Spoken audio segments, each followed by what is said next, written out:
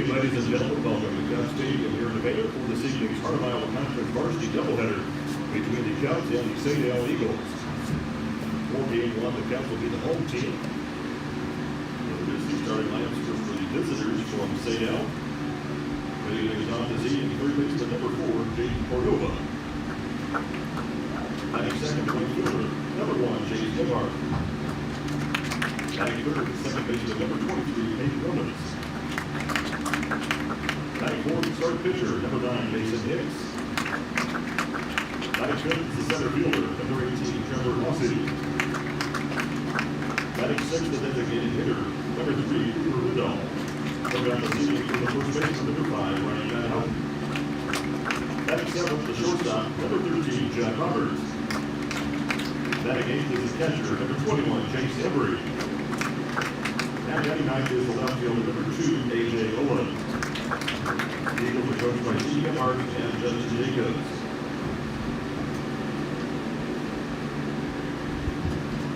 Now the Cubs lead things off tonight. Game number 1, center fielder, number 10, Gavin Malone. 92nd, the starting pitcher for the Cubs, number 16, Payton Romans.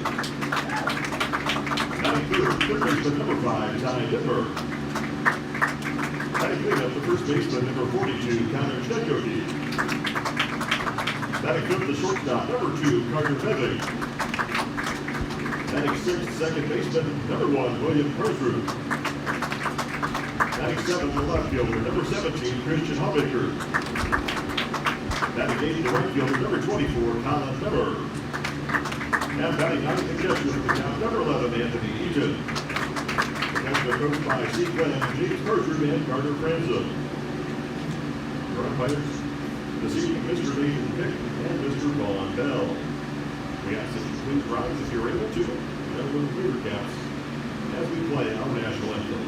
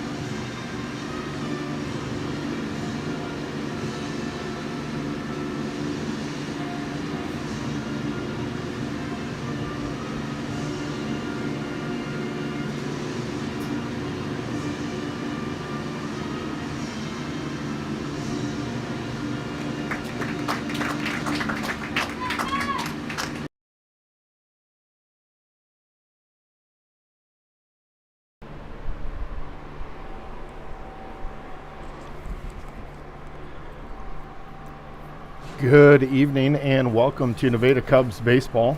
My name is Tyler Struck. I will be announcing on the live stream for you today.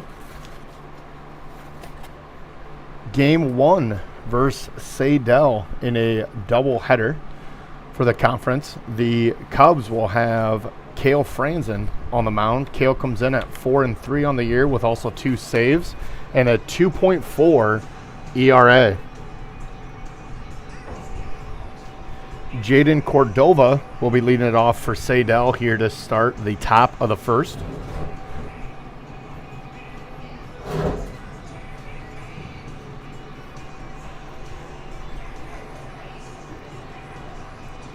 Anthony Eaton will be behind the mound, or behind the plate, rather, for Kale Franzen on the mound.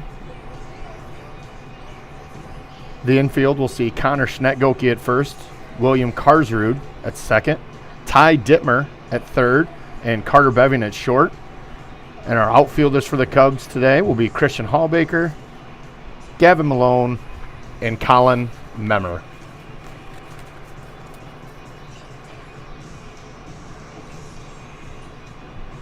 great night for a baseball game, especially a doubleheader. Not too hot. A little bit of wind coming off the mighty pond here to my right.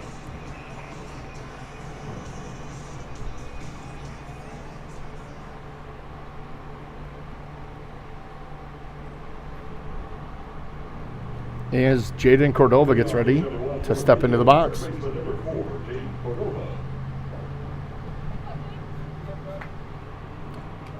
Jaden Cordova is the third baseman for the Saydel Eagles.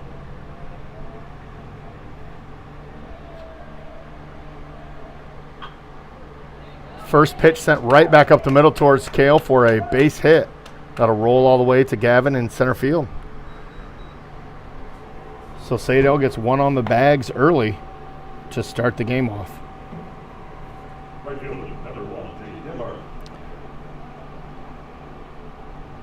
That'll bring up Jase Gebhardt, the right fielder for the Eagles.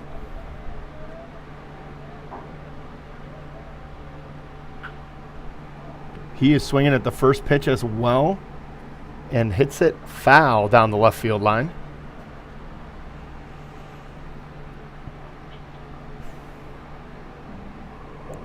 Third base coach a little more active with the signs there, so we will see if there's any action over there at first. Saydel swinging again. Gavin Malone comes in, makes the play for out number 1 on the F8.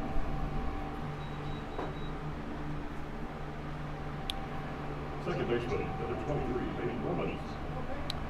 That'll bring up Payton Romans, the second baseman for the Eagles. Runner still on first, one out here in the top.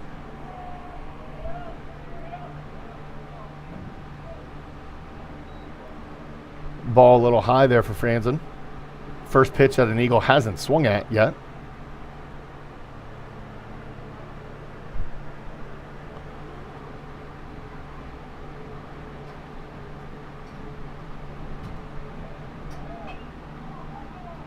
There's another foul ball, this time down the right field line. Just stay in the friendly confines of Cubs Stadium.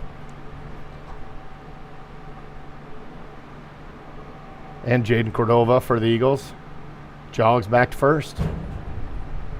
1 ball, 1 strike.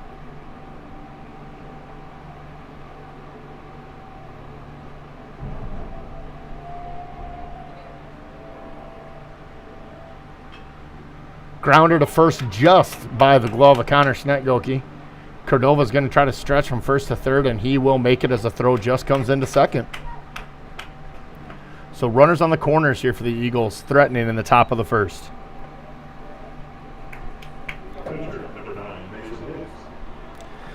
That'll bring up the cleanup batter for the Eagles, Mason Hicks, the pitcher for tonight.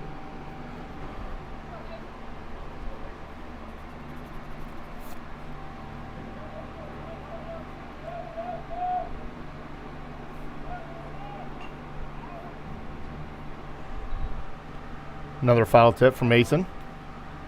Kale Yet starts again, ahead in the count.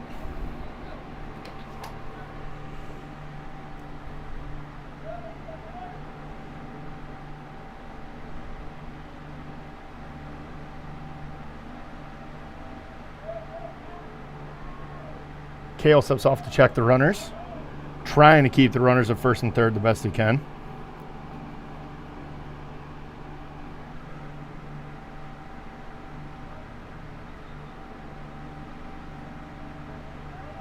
Runner from first is going. Eaton will throw through, but Karsrud will come and cut it off short to hold the runner at third. So the stolen base for Romans gives the Eagles runners at second and third.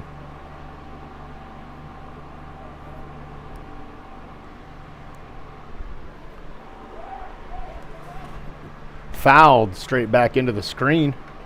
Count now stands at 1-2.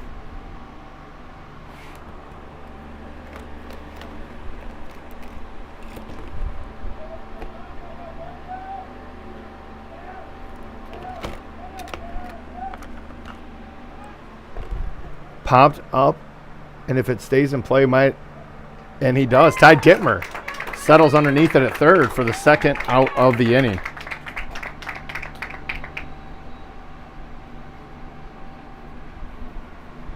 Center fielder, That will bring up the center fielder, Trevor Lousy, for the Eagles, with runners on a second and third with 2 outs. Kale trying to find a way to get this one out and get out of the inning unscathed.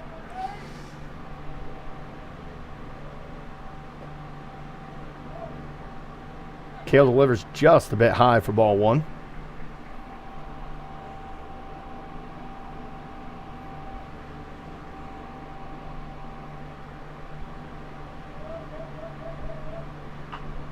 Grounder to third.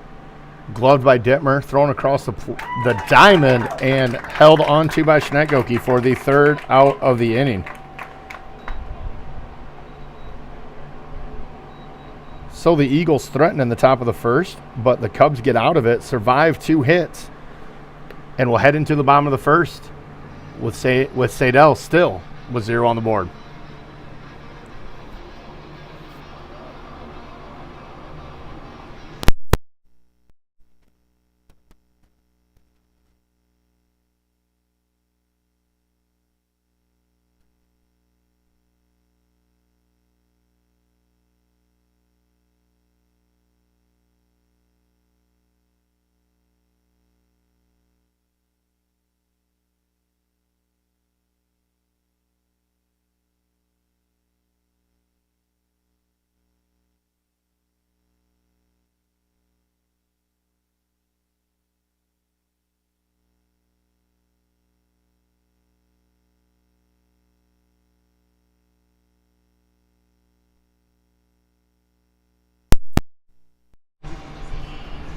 Coming up here for the Cubs in the bottom of the 1st will be Gavin Malone, Cale Franzen, and Ty Dittmer, the top of the order for the Cubs.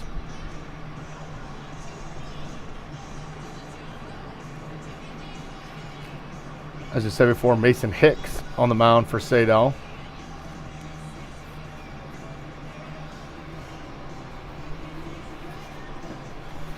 The defense for the Eagles: Embry will be behind the plate catching for the Eagles. Ryan Van Houten at first, Payton Romans at second, Jaden Cordova at third, and Judd Roberts at shortstop to round out the infield. The outfield for Saydel is A.J. Olin in left, Trevor Lousy in center, and Jase Gebhardt in right.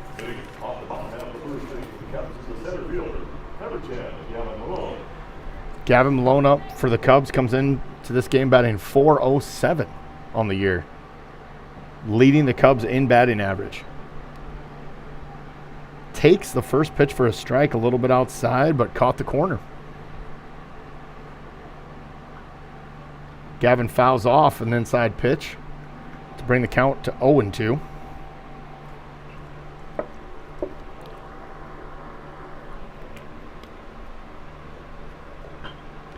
Gavin takes the same inside pitch to right field for a base hit, and just like the Eagles, the Cubs start off the game with a base hit.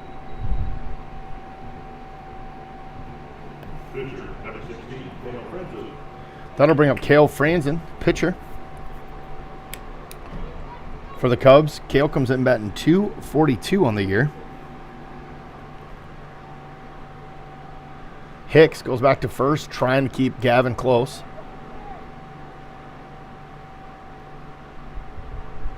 Malone still with a pretty good lead over there at first base as Hicks sets. Hicks right down the middle for strike number 1 to Franzen.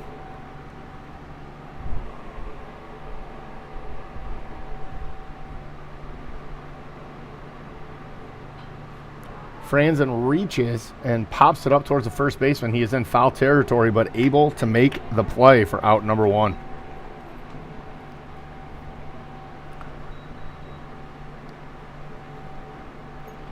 And that'll bring up the third baseman for the Cubs, Ty Dittmer. And Gavin Malone, caught a little bit sleeping, is picked off by Mason Hicks at first. Ty had just got into the batter's box, and Mason had just got set as Gavin started his lead, and Mason, with a quick pick off the first base, gets him.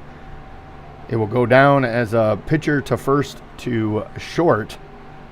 for the actual out because Gavin did take off and head to second. But that is the second out, unfortunately, for the Cubs here in the first.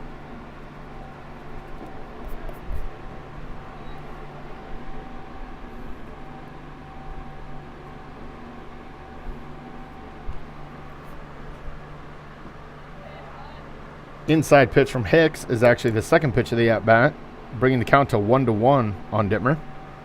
Hicks dealing pretty quickly here, including the pickoff move to get Gavin.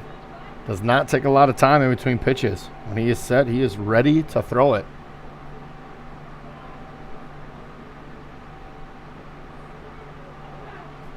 And Dittmer called out on a slightly outside, but caught enough for the looking strike 3 for the third out of the inning.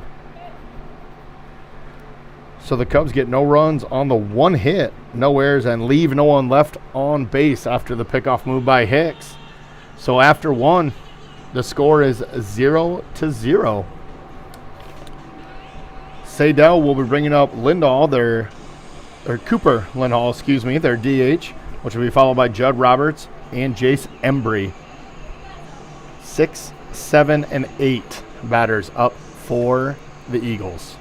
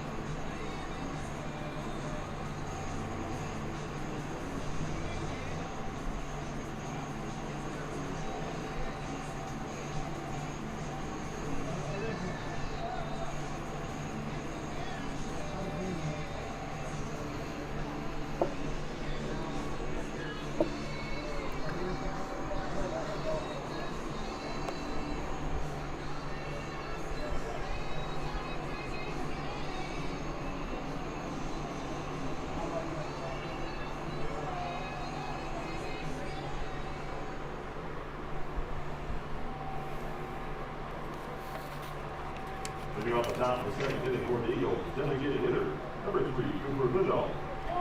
So Cooper Lindall, the designated hitter for the Eagles, up here to start the second inning.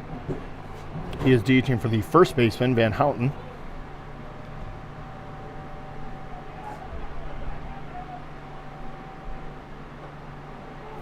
Franzen once again starts ahead in the count with a first pitch strike.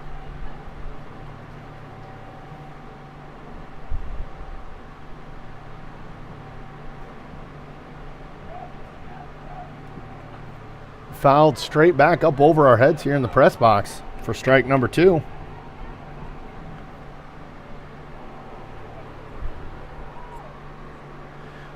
Despite the couple base runners last inning, Franzen, not a lot of pitches there. Been pretty efficient, throwing first pitch strikes and trying to stay ahead of those batters. Good pitch up 0-2, a little bit low, a little bit away for ball number 1.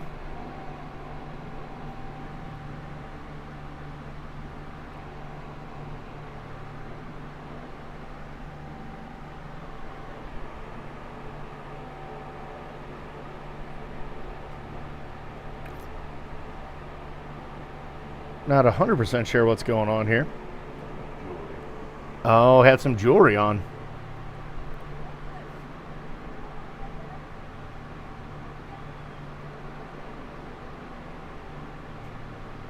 Ooh, nice little chain, maybe some other things. Always an exciting time. A little harder to find those in baseball every now and then. Run around on the basketball court with something like that, you're going to see it a little quicker, but Blue caught it there after the third pitch. So now Cooper will reset, as will Kale on the mound, and deliver with a 1-2 count in the top of the second. And he fouls another pitch straight back, this time into the net, for the count to remain at 1-2.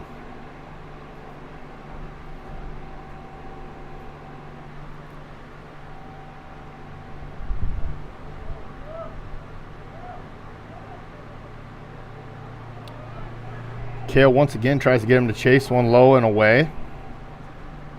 But Cooper holds back to get the count to do this.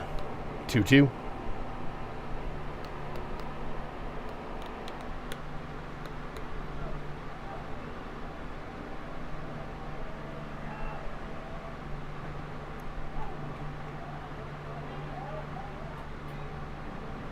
Almost got him with an inside pitch, a little high and inside, but Cooper able to get just enough of the bat on it, and unfortunately I think it went back and maybe nicked our poor umpire there behind the plate.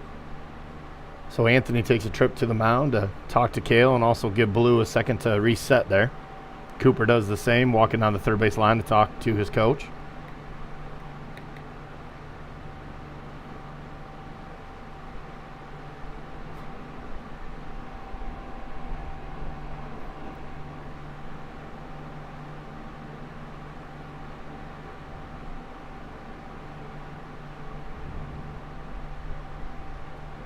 And it looks like he's regained a little bit of his composure, and we are ready to play ball. Still a 2-2 count after the back-to-back foul balls.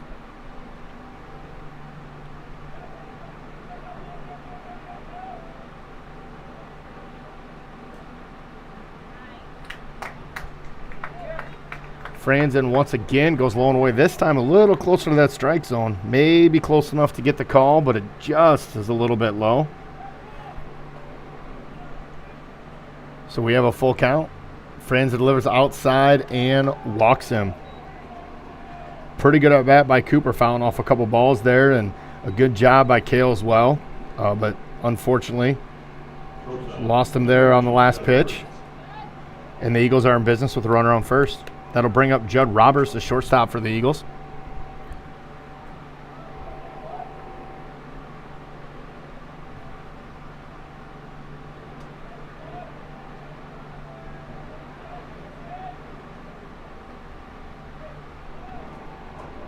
Cale comes hard up over the top, but a little bit high for ball one to Judd.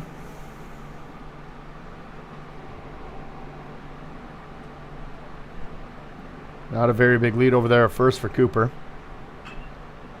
And Judd turns on one and sends it to the right center gap, and that is going to get all the way to the fence. Little break for the Cubs as Cooper Lindahl falls down in between second and third, but we do not make the cutoff from the outfield into the infield as it bounces by a couple of the Cubs there, allowing the run to still get in. So the Eagles are the first on the board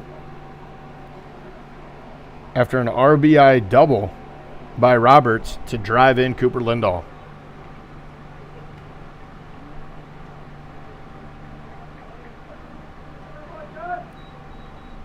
On the hit, looked like Cooper was going to probably get in pretty easy with it being right, perfectly placed in that gap. With the stumble, the Cubs had a little bit of a shot, but were unable to get him before he made it to the plate.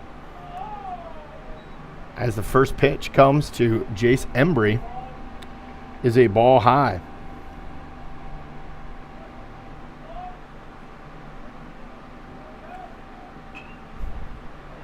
Franzen jams him up a little bit inside, but he's able to bloop it over. Beving's headed short. Malone will throw home, and it'll be cut by Franzen to keep the runner at third, but it does allow Jase Embry to advance to second.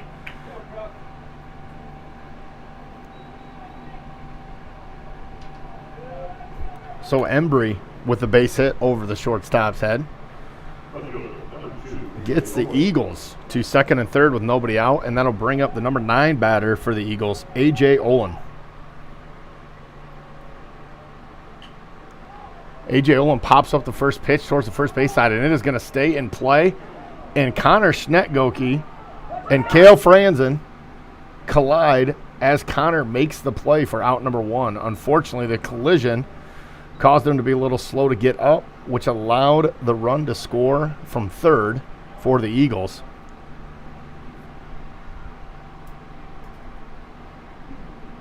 Connor still taking a second there in the just off of the right side of the infield.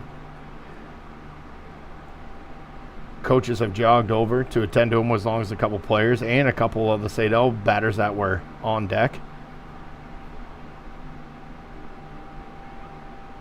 Connor is now to his feet.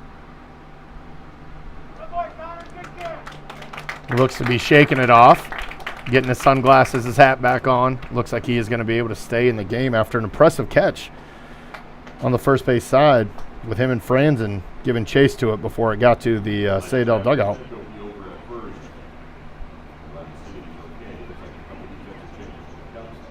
So once again, a run did score.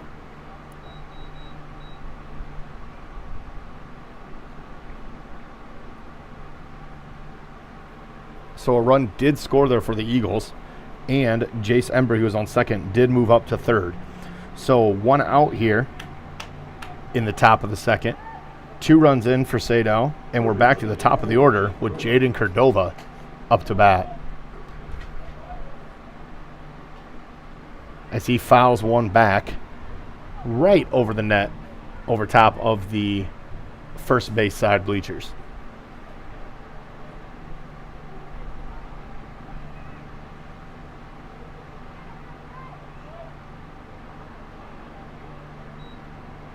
Ball high for pitch number 2 to bring the count to 1-1. It also looks like while all that was going on, there was a defensive change for the Cubs, bringing Colin Memmer in from right field. And Jackson Burlage, I believe, is now out in right field for the Cubs as Cordova fouls off the second pitch. That might have just found a brand new home in the pond over there. So once again, Cale staying ahead in the count with a 1-2. 1 out here in the top of the second.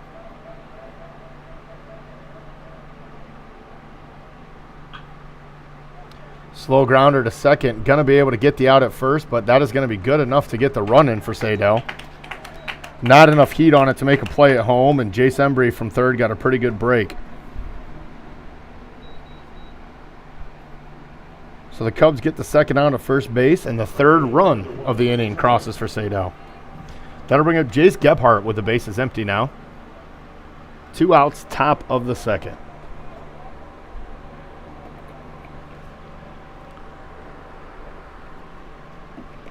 Franzen starts a little bit low and away for ball number 1.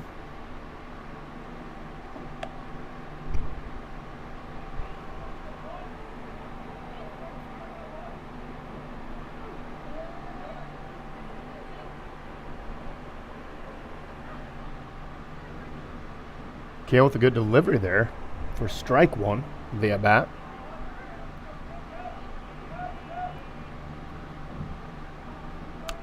A little bit outside. Brings the count to 2-1 on Gebhardt, the right fielder for the Eagles.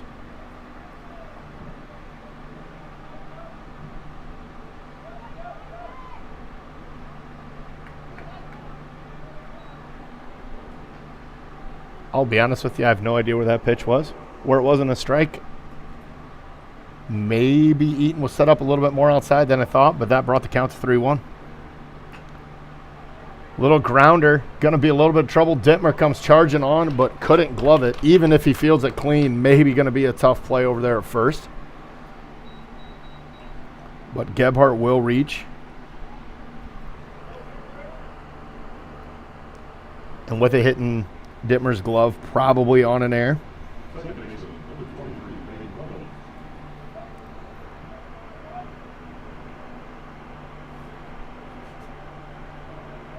That will bring up the number 3 batter for the Eagles, Payton Romans, the second baseman. Franzen starts off with a strike. 0-1 count.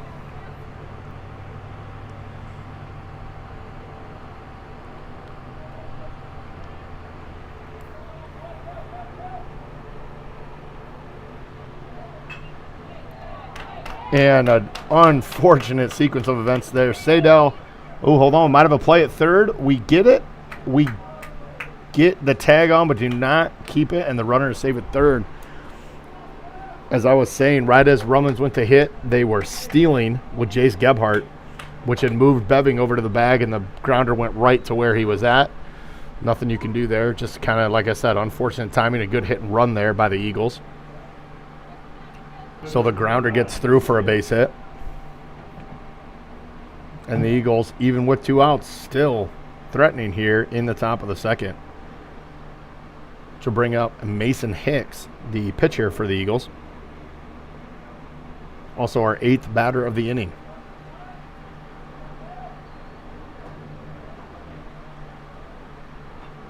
Mason Hicks fouls the first one back for a strike.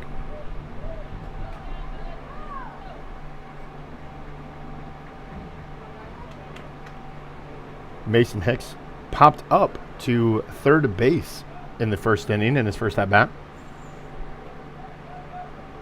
as he swing and misses for strike 2. So Kale ahead 0-2 here. Runner still at first and third. Saydel did not try to take advantage of the situation and get their runner to second. Might not be surprised if they see it now, hoping maybe Kale's going to waste a pitch here, up 0-2. And he does take off, and Hicks does not hesitate to swing. Pops it up to center field. And in between center field, right field, and second base, the ball finds a home and falls down. And due to the stealing runner from first, the Eagles are going to get 2 more across the board as Gebhardt and Romans score on the base hit.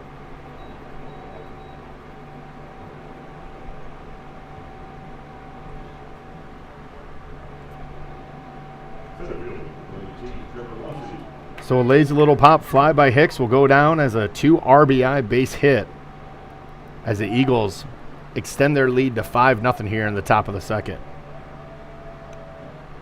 Pitch 1 goes into Trevor Lousy, who hits a sky-high fly ball to center field.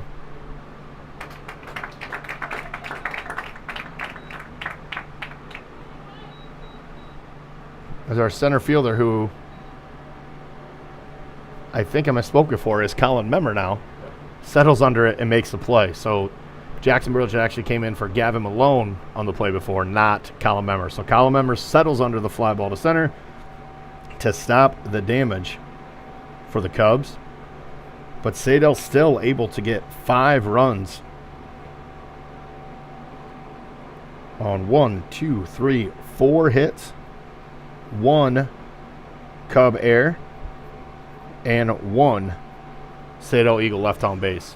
So after the top of the second, Saydel is ahead 5-0. The Cubs will bring up Connor Schnetgoke, Carter Beving, and William Karsrud here to try to get the bats going and get some runs on the board for the Cubs here in the bottom of the second.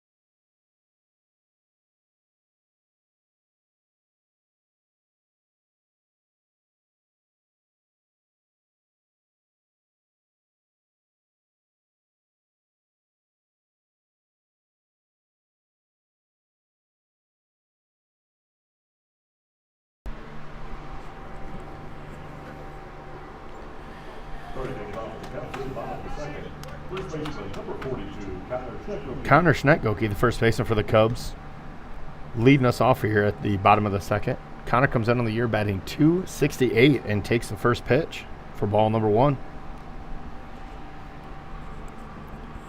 Hicks, once again, not wasting any time, catches the inside corner for strike number 1.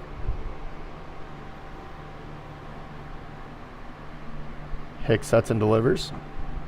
Pitch outside to bring it to 2-1.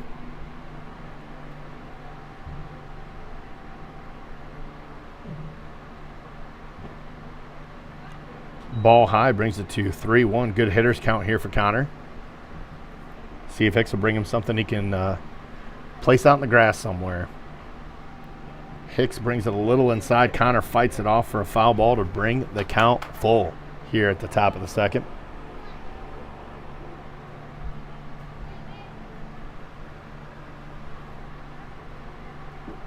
Hits with the pitch and gets Connor looking for his second strikeout of the night and the first out of the inning for the Cubs.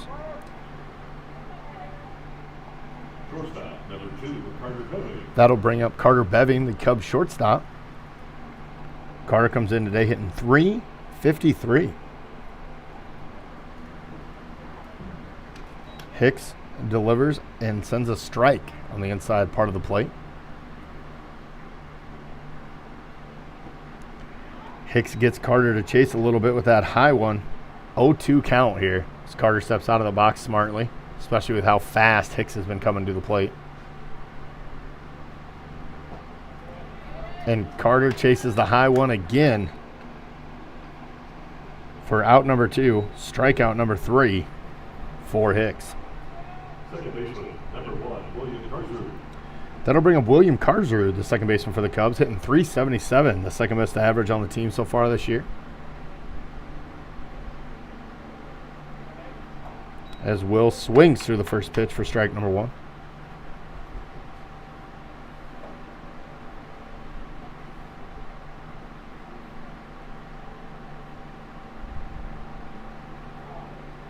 Good off-speed breaking ball pitch there. Catches Carter standing for strike number 2.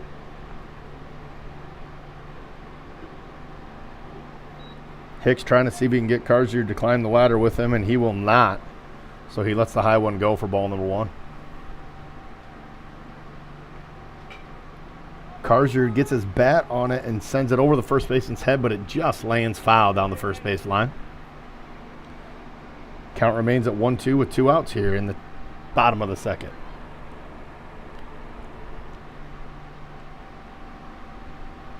Hicks throws one down into the dirt for strike number 3. And although it got away from the catcher, he is able to get it down to first to record the strikeout and in the inning for the Cubs. So 3 up, 3 down for the Cubs. No runs, hits, errors, or anyone left on base. 3 strikeouts for Mason Hicks in the bottom of the second.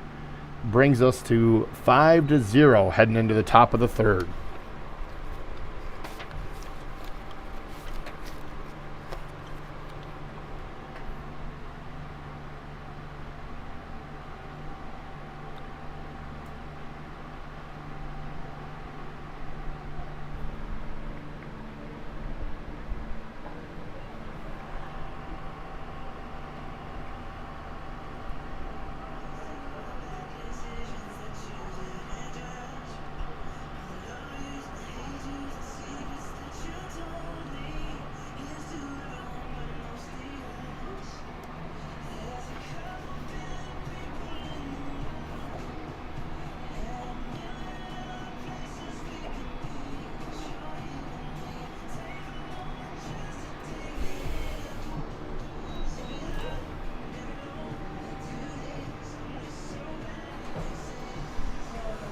The Eagles will start the third the same way they started the second, with Cooper Lindahl up to bat. Cooper walked to start the last inning and was the first Saydel run on the board.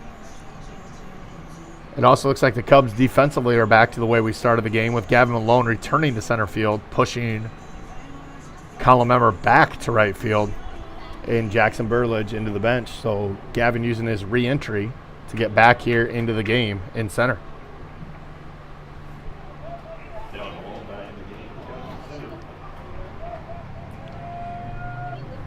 Kale Franzen set here to deliver to Cooper Lindahl to start the top of the third.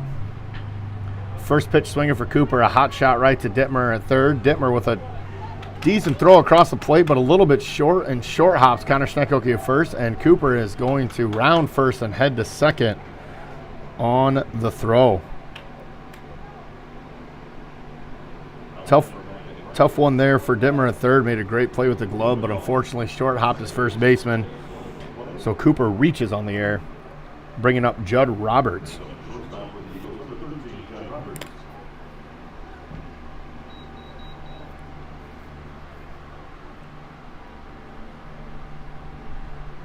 Franzen delivers inside for the strike on Judd Roberts to start ahead 0-1.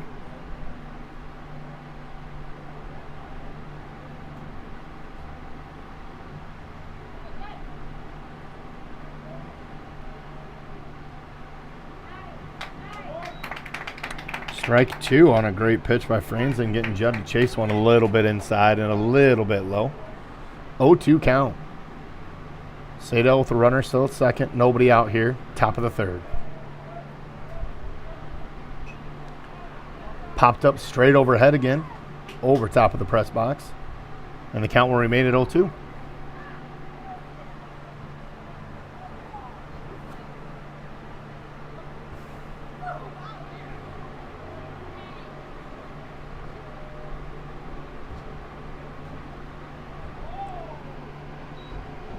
Franzen tries one high, see if he can get Judd to chase, and he does not, bringing the count to 1-2.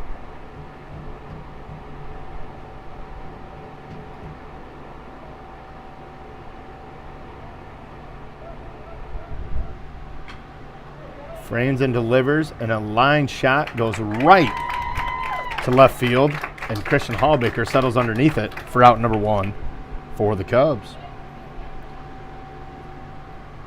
Runner did not advance for Saydel, so they will have the same situation, runner on second, now with 1 out here in the third, as Jase Embry comes up to bat.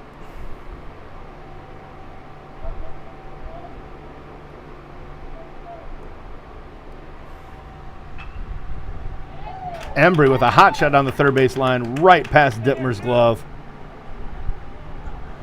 But Dittmer now to Eaton. They got Cooper in a rundown here, and they are going to make the throw.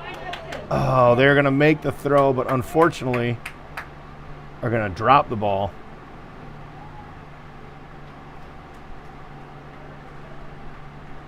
So within the rundown,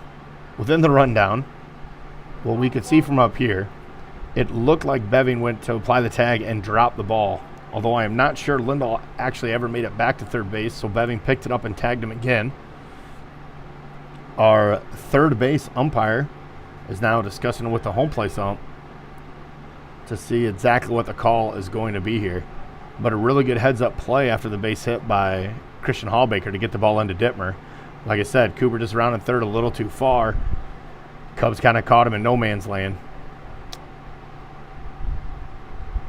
Everybody's favorite baseball pastime of pickle occurred. And now maybe not everyone's favorite baseball pastime, umpires just standing talking to each other, is occurring. We have pointed at third base and no signal of safe or out, so I am assuming the runner gets to stay at third. Coach Glenn, in his first year here as the Cubs skipper, getting talked to right now and having the play explained to him.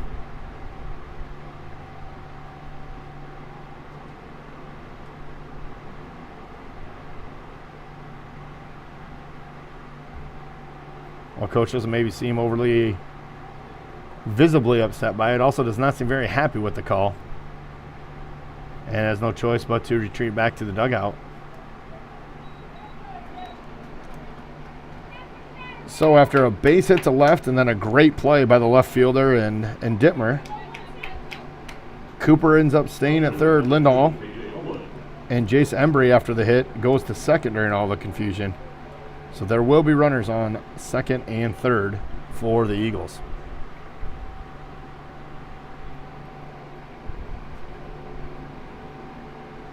A.J. Olin flew out to Connor Schnetgoke in foul territory in his first at-bat and pops another one out that way, but this one will be out of play. Brings the count to 1-1 on Olin.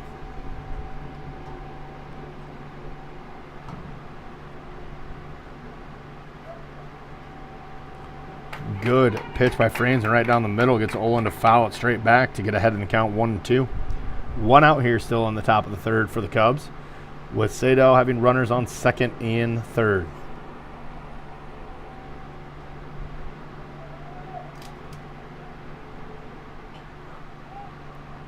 Fouled off in first base side again, a little bit outside of Schnetkoke's reach, but almost the identical spot where we had the collision and the catch in the second inning. The count will remain at 1-2.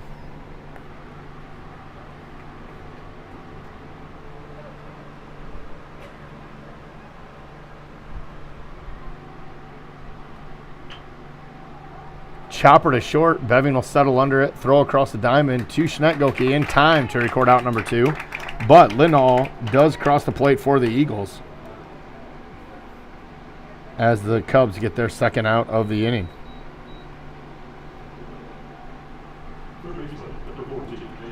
Embry also advances to third on the hit, and we are on the hit ball, excuse me, not an actual hit. And that'll bring up the top of the order for the Eagles, Jaden Cordova. Cordova takes strike number 1. He had a base hit to center field to start the game off, a little roller right up the middle on the first pitch, and then hit a grounder to second to record an out for the Eagles last inning. as he takes ball number 1.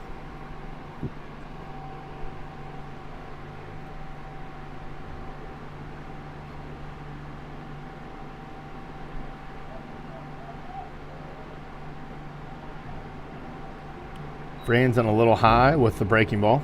Brings the count to 2-1.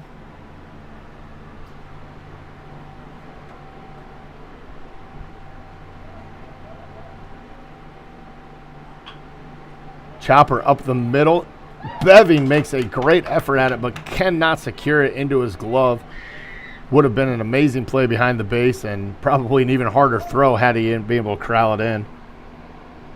Not sure what the official book's going to do, but that's a base hit in my book, which will move Cordova to first and drives in yet another Eagles run.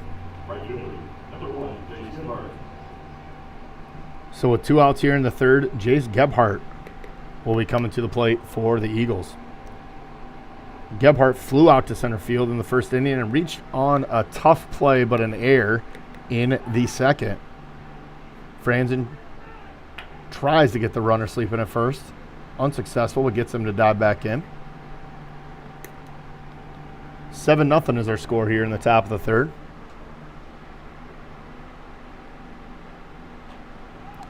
Pops straight up. Eaton with his helmet off might have a play on it, and it spins around, and he is unable to corral it in. Foul ball for a strike for Gebhardt.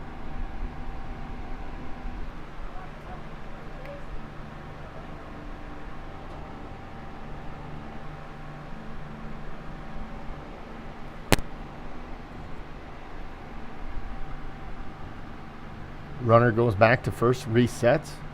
Franzen on the mound ready to deliver. And Cordova takes off to steal second. A good throw down by Eaton, but he is going to beat the throw and is safe at second with the stolen base. Pretty good throw by Eaton on the left side of the bag. Beving corralled it in, just could not get the tag over in time for the leadoff batter, getting a stolen base. Third pitch of the bat is low and away to bring our count to 2-1 on Gebhardt.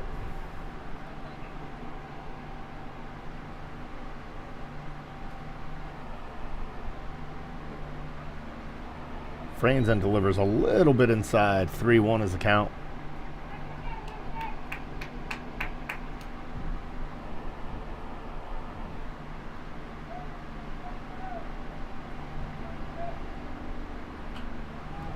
Pops straight up into the infield. It looks like Franzen and Karzud have a read on it, and it is just past the outstretched glove of Franzen. He was unable to make the play. Karzud did not want to call him off, and it just sailed a little bit past Franzen for an error on the hit. So as Gebhardt reaches first, unfortunately with 2 outs, Cordova never stopped running. Good heads-up baseball there by the Eagles to get another run across the board.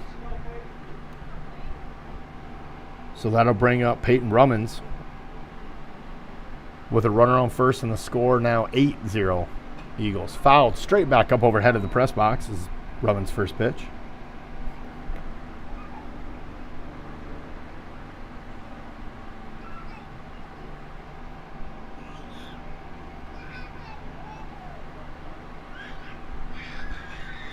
Another one fouled straight back and out of play to get ahead 0-2 on the count. Romans has 2 base hits on the day, a good little bleeder to right field up and over our second baseman, and then a pretty good shot to left center field. Romans does the same, lines it to right field. That's going to bounce in front of Colin Memmer. We'll get the ball in quickly to Beving, but another base hit for the Eagles.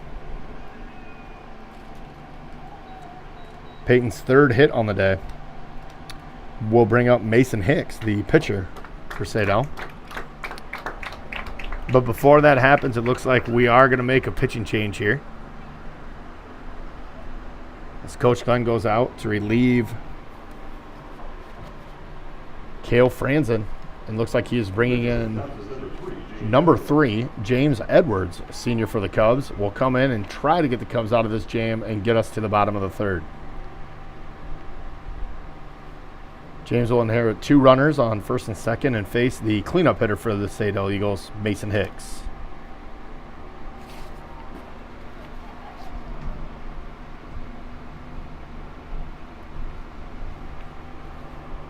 So Franzen ends up pitching 2 2/3 innings.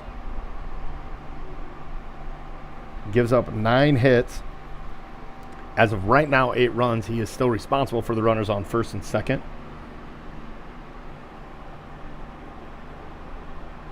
Only gave up the 1 free pass on the walk and did have a couple errors behind him. And the Eagles obviously took advantage, especially in the second and third. So Edwards will come in and try to shut the door and get the Cubs up to bat.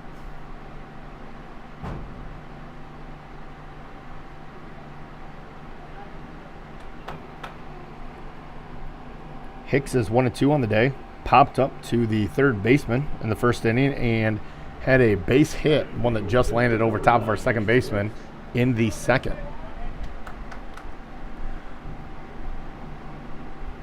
Two outs here in the third, 8-0. Saydel with the lead as Edwards set to deliver his first pitch. Edwards starts off with a strike on the inside corner on Hicks.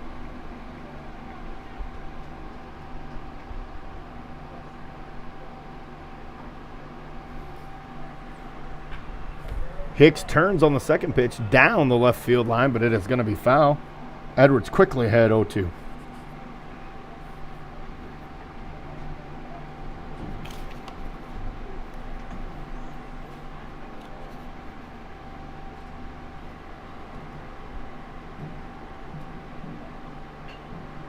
Hicks with a little bleeder up and over short. Unfortunately, that is going to find a home.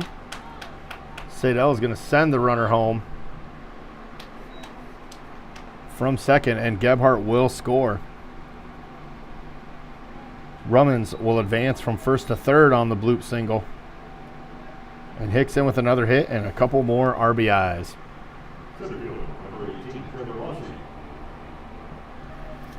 Time to bring up Trevor Lousy. Trevor Lousy is grounded out to third and flew out to center in his 2 previous at-bats. Edwards delivers first pitch for a ball.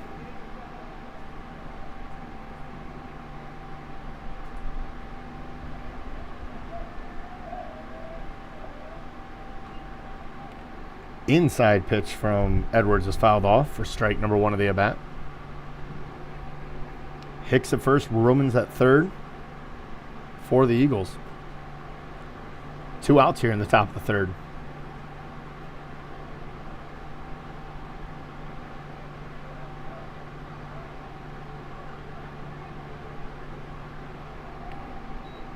Ball high brings the count to 2-1.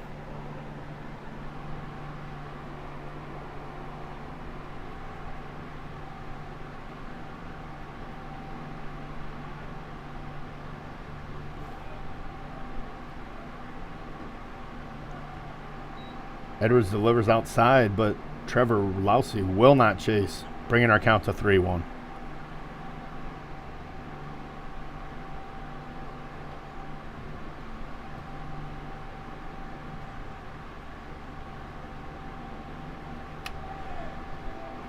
And the pitch is just a little low, and Lousy will reach of the base on balls, loading up the bases for Cooper Lindahl, the DH who started off the inning with a reaching base on an error by our third baseman.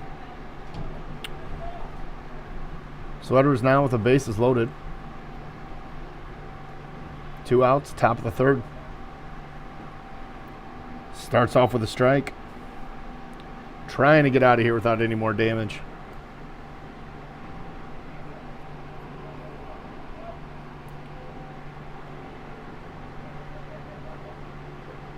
High and inside for ball number 1. Lindahl has reached on a walk, and like I said, the error last inning, and scored 2 runs for the Eagles. But has yet to get a base hit.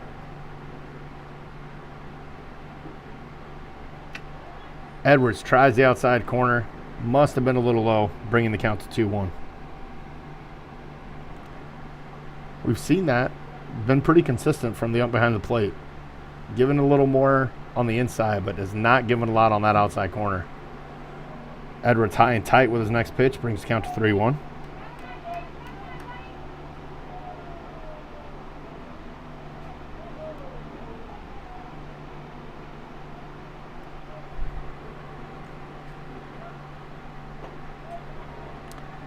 And he is high and inside on the 5th pitch of the at-bat, which will walk Cooper Lindell and also walk in a run for the Eagles. Payton Romans crosses the plate. Base is still loaded as Judd Roberts, the shortstop for the Eagles, will come up to bat. Judd had a multiple RBI double in the right field gap just in the 2nd inning, and followed that up with a fly out, a good line drive, but a fly out to left field earlier this inning for the first out. Edwards starts ahead with the first pitch and a strike.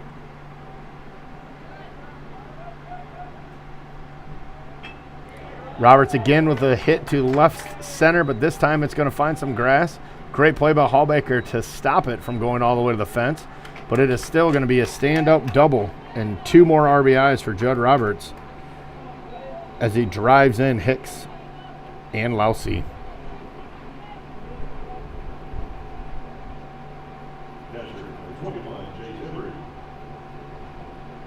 That'll bring up Jase Embry, who has 2 hits, both on the left side of the diamond.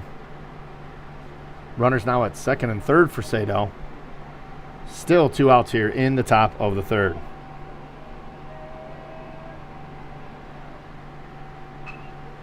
Base hit right up the middle on the first pitch from Edwards.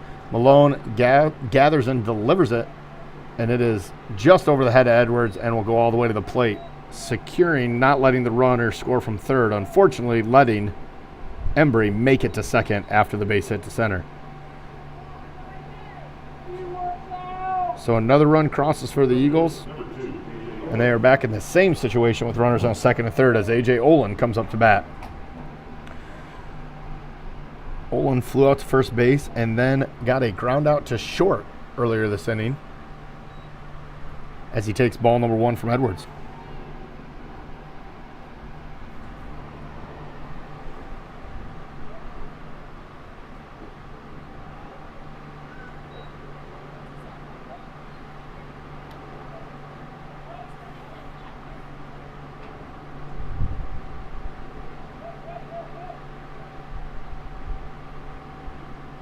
Pitch inside for ball 3.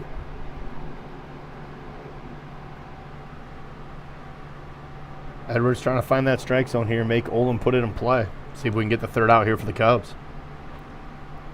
Great pitch from Edwards after the 3-0. Composed himself, found the strike zone.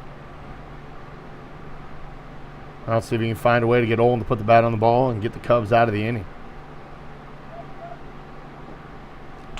A little bit low on that outside corner. We'll send Olin to first and load the bases back up for the Eagles as we get back to the top of the order with Jaden Cordova.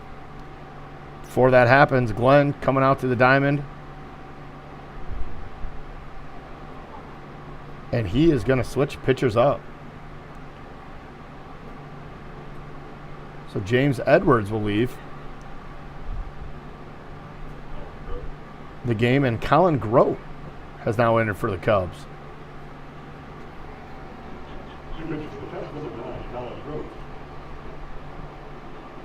So Edwards faces 6 batters, walks a couple and gives a couple hits up, and will leave the bases loaded here for Grote.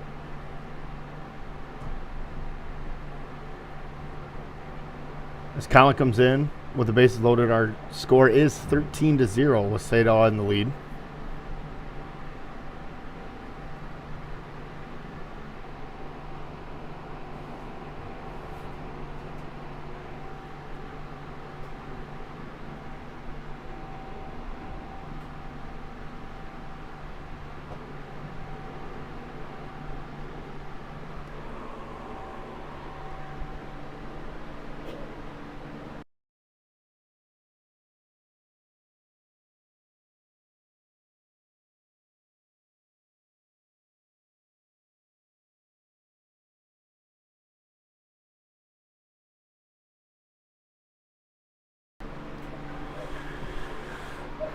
That'll also bring us back to the top of the order for Saydel, with Jaden Cordova, the third baseman, coming up to bat.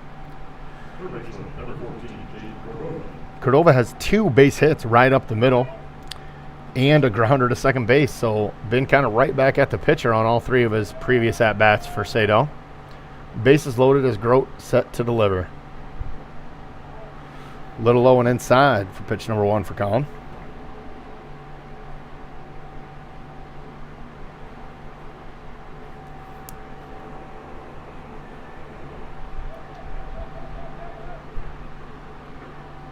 Grote delivers inside again for ball number 2.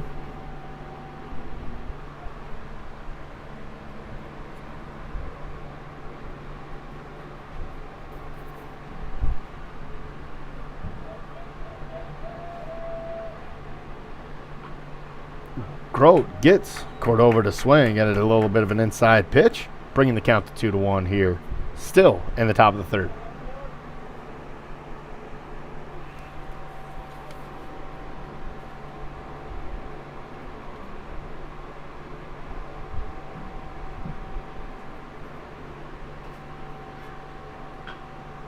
Grounder is going to find a home between short and third and going to bounce off Hallbaker's glove in left field. Still would have been a base hit, but probably allowed the runners to advance one more base, as the Eagles get 2 more across the board. Right fielder, number 1, Jase Gebhardt. That'll bring up Jason Gebhardt, who has reached on a couple errors and flew out to center field so far today.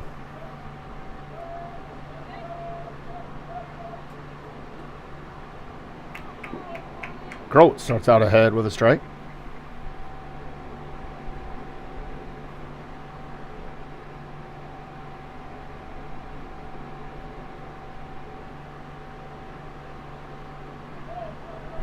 A little bit high. Second pitch.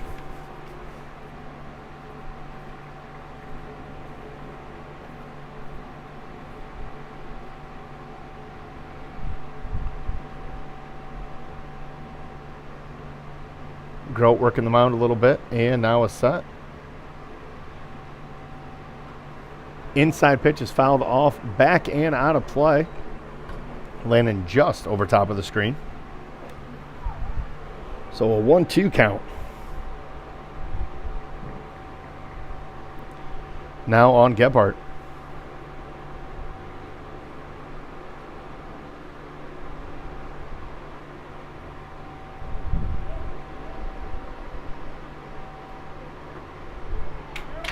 And Grote gets him looking with the inside curveball for the third out of the inning.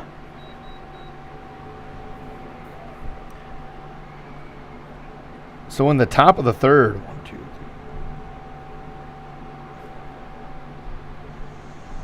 3. The Eagles are able to put 10 runs on the board off 7 hits. Unfortunately, 2 of Cubs errors, and do leave 2 left on base. So after 3, our score is Saydel 15, Cubs 0. The Cubs will have Hallbaker, Memmer, and Eaton coming to the plate in the bottom of the third.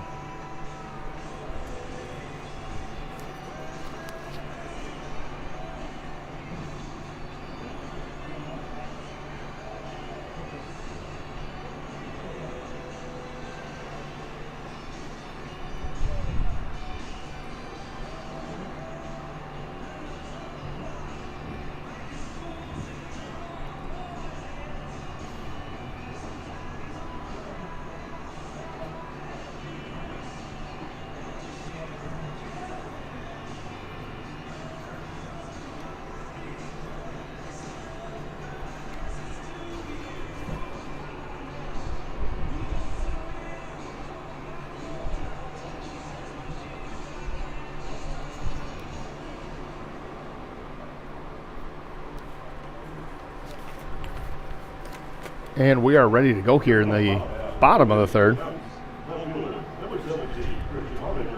Christian Hallbaker will start the way for the Cubs. Comes in on the year batting .298. Takes high and inside for ball number 1.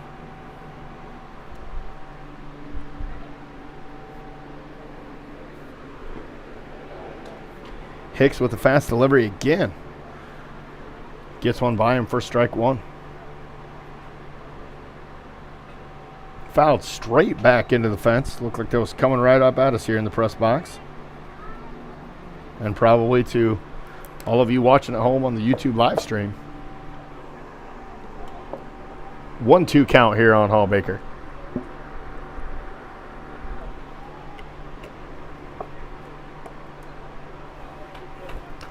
Hallbaker swings and a miss. Dropped but gathered quickly by the catcher and tagged for the strikeout. And the first out of the inning for the Cubs will bring up Colin Memmer, a right fielder hitting .246 on the year.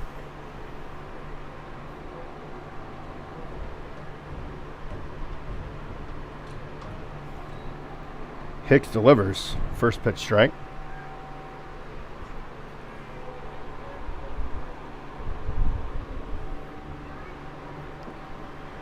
Memmer takes a good hack at it, but misses for strike number 2.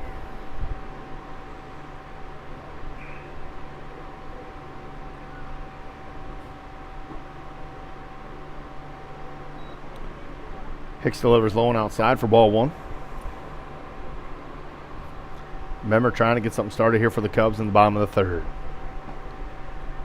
And he will swing and miss for the second out of the inning. And the 6th straight strikeout by Mason Hicks. That'll bring up Anthony Eaton.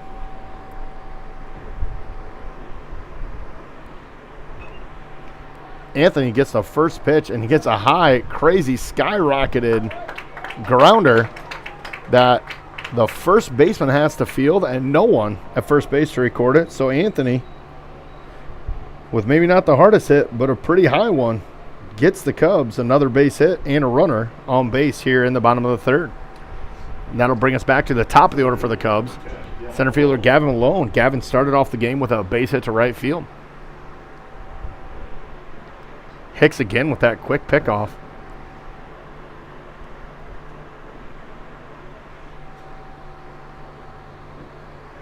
But Eaton was safe at first, and he delivers to Gavin for strike number 1.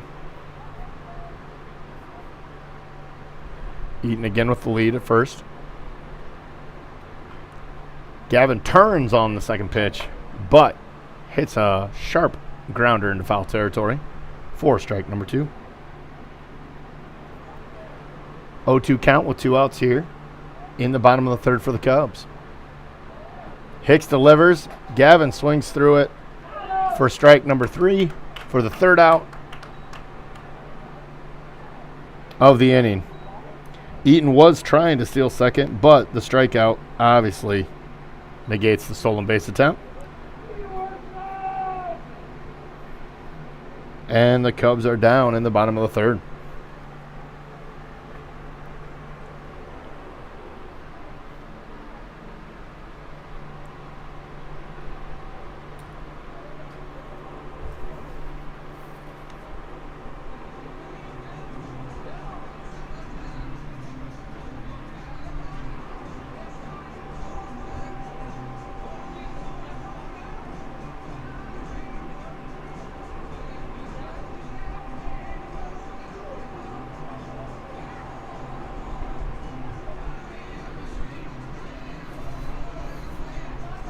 A little delay there, but now the Cubs are heading out into the field for the top of the 4th.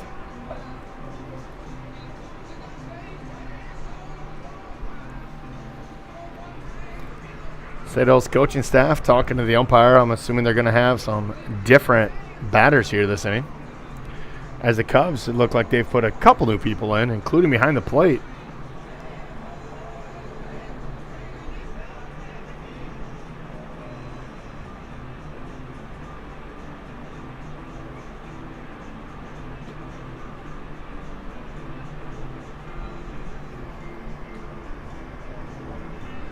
We'll see if we can get all the changes here for you.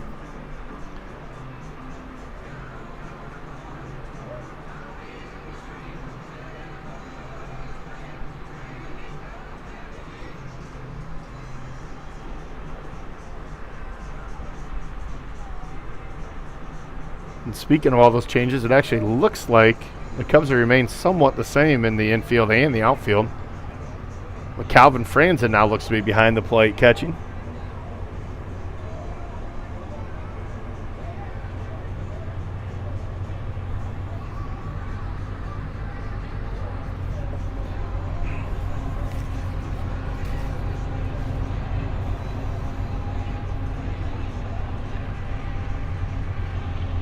But I would guess here for the Eagles that we will get some different batters, including to start the inning here. Looks like number 10 is going to be coming in to hit for the Eagles. Now pitching for the Cubs, Calvin Franzen.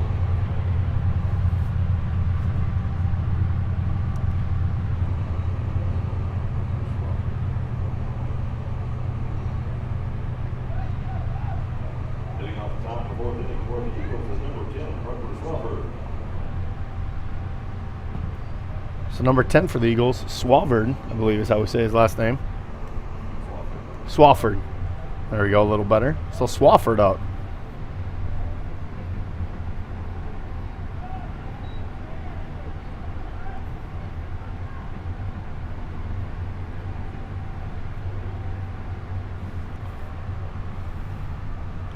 Takes the first pitch for a ball.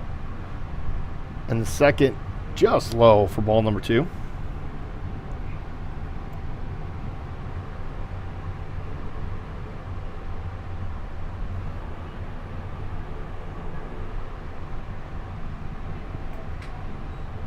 Good pitch there by Grote to get the count to 2-1.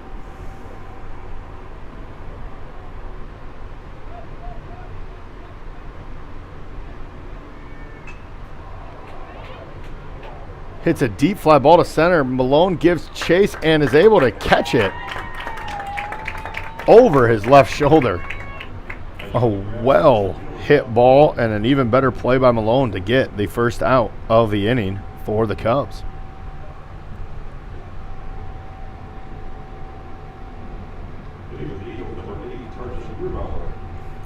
And it looks like we have another pinch hitter for the Eagles. Bierbauer will be our batter.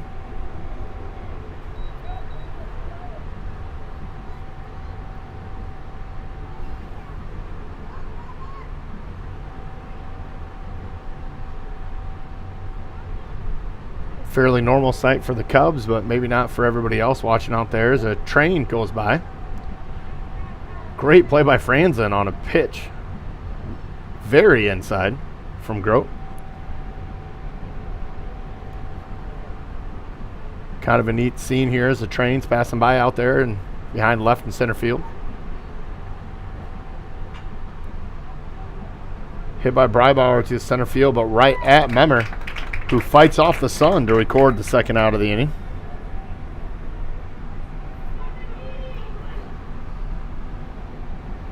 And our third pinch hitter here looks like for Saydel coming up.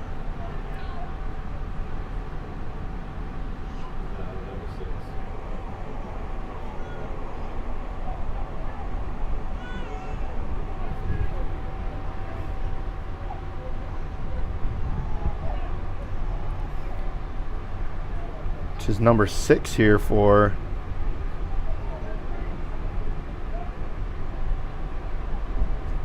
the Eagles. Let me see if I can find us a name here for our batter. Not on the card that we were given up here in the press box. But according to their stats, this is Caleb Hecker. Number 6, Caleb Hecker.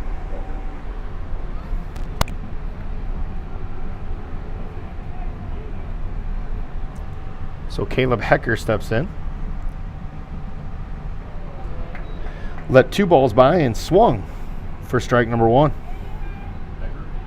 Hecker, H-E-C-K-E-R.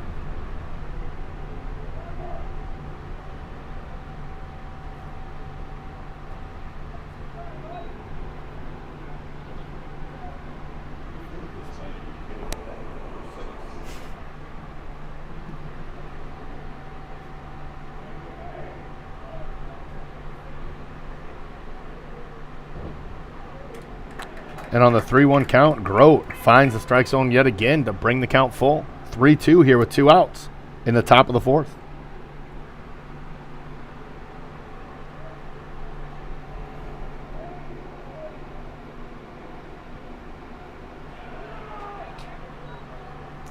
And Hecker is going to reach on the walk.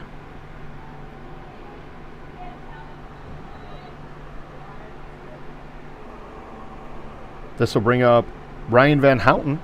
Cooper Lindell was DHing for Ryan, but now Ryan will bat in his place here in the top of the 4th. 2 outs for the Eagles and a runner on first.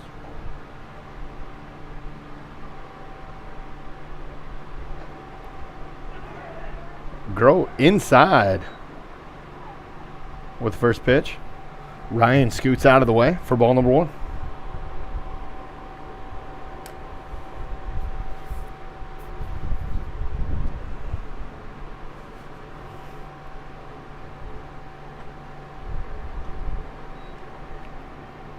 Grote's second delivery, a little bit outside.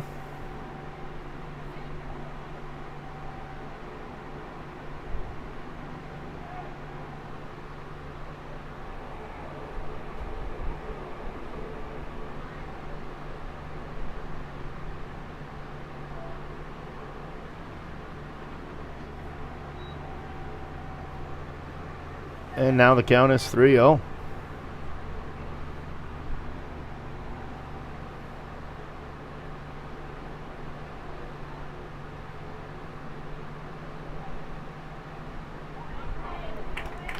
Grote composes himself and finds the strike zone on the 3-0 count to bring it to 3-1.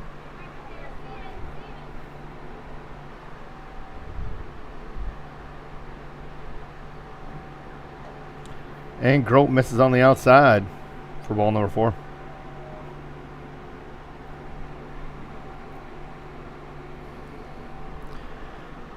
That'll bring up the shortstop, Judd Roberts, with runners on first and second for the Eagles.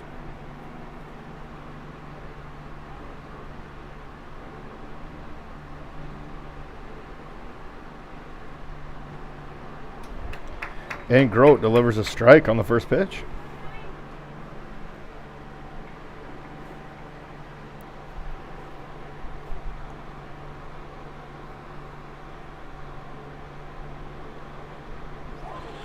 A little bit too far inside there, and he will actually plunk Judd Roberts. So he will head to first with the hit by pitch.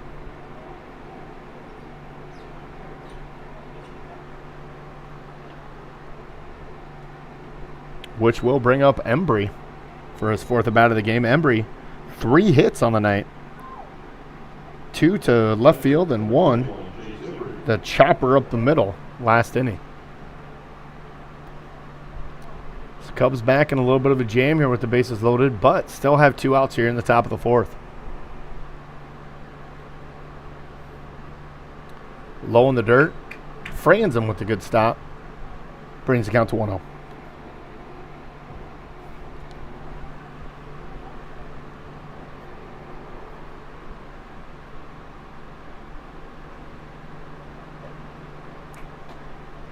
A little high, a little inside for ball number 2.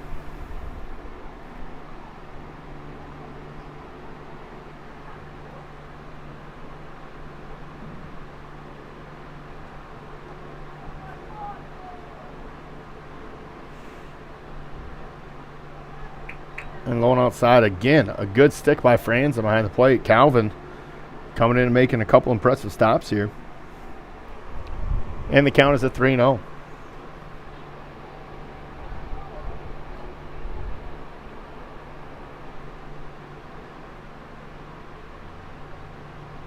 Grote delivers right down the middle for strike number 1. See if he can find that strike zone again. Maybe make Embry put the ball in play and get us out of this inning.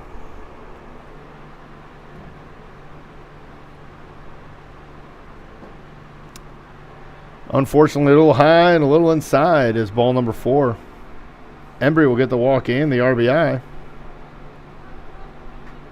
as Hecker will cross the plate for the Eagles.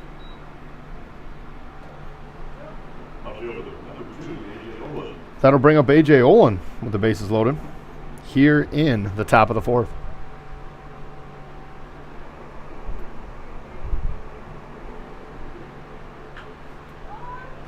Ball's hit, fly ball out to center field. Malone looks to be settled underneath it, makes the catch for the third out, of the inning.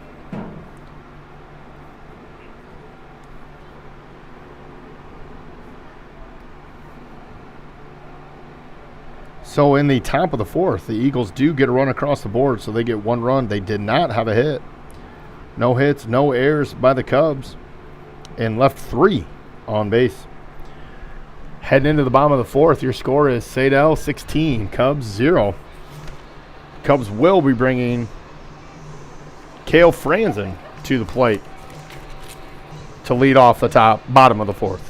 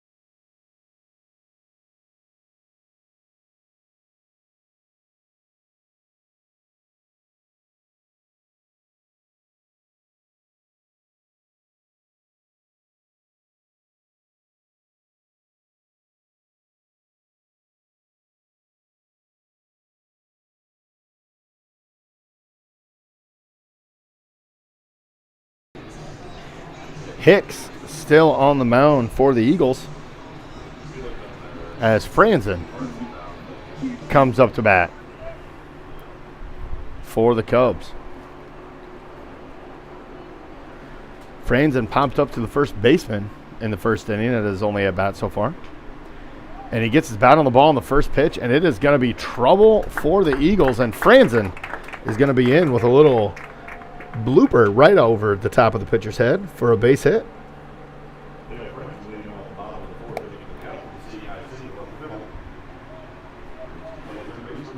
That'll bring up number 5, Ty Dittmer, third baseman for the Cubs, as Franzen on first base. Franzen needs to be careful with that quick pickoff that Hicks has. And see if Ty can get us going here in the bottom of the fourth. Ty turns on the first pitch as well, hits it to the third baseman, who gets the out at second. Unable to get the out at first, but Franzen is retired at second on a nice play by the third baseman. So Dittmer will reach first on the fielder's choice.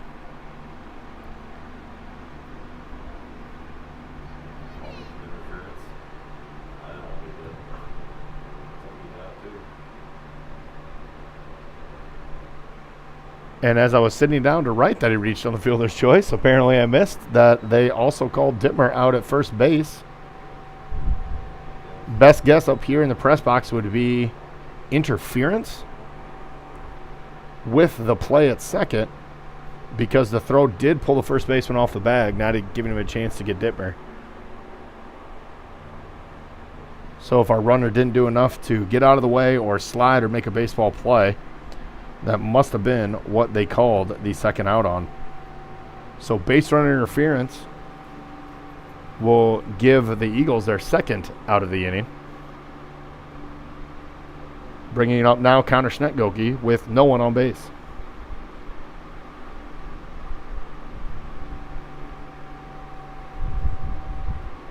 Saydel's coach heads off the mound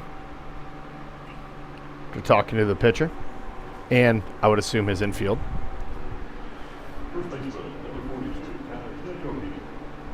More than likely about the play that just transpired. And Hicks will deliver to Schnetgoke, who jumps on the first pitch and fouls it off back over the visitor dugout.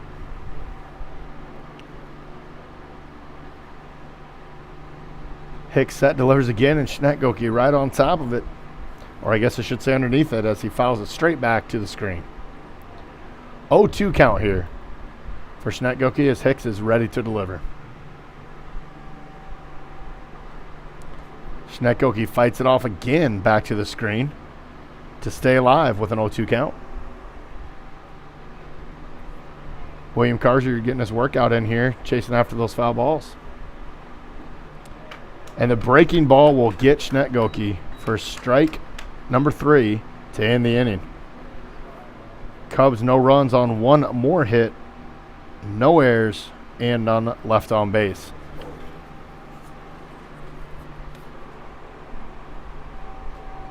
So after 4, with the score Saydel 16, the Cubs 0, that will officially be the end of the game. As the teams get ready to come by.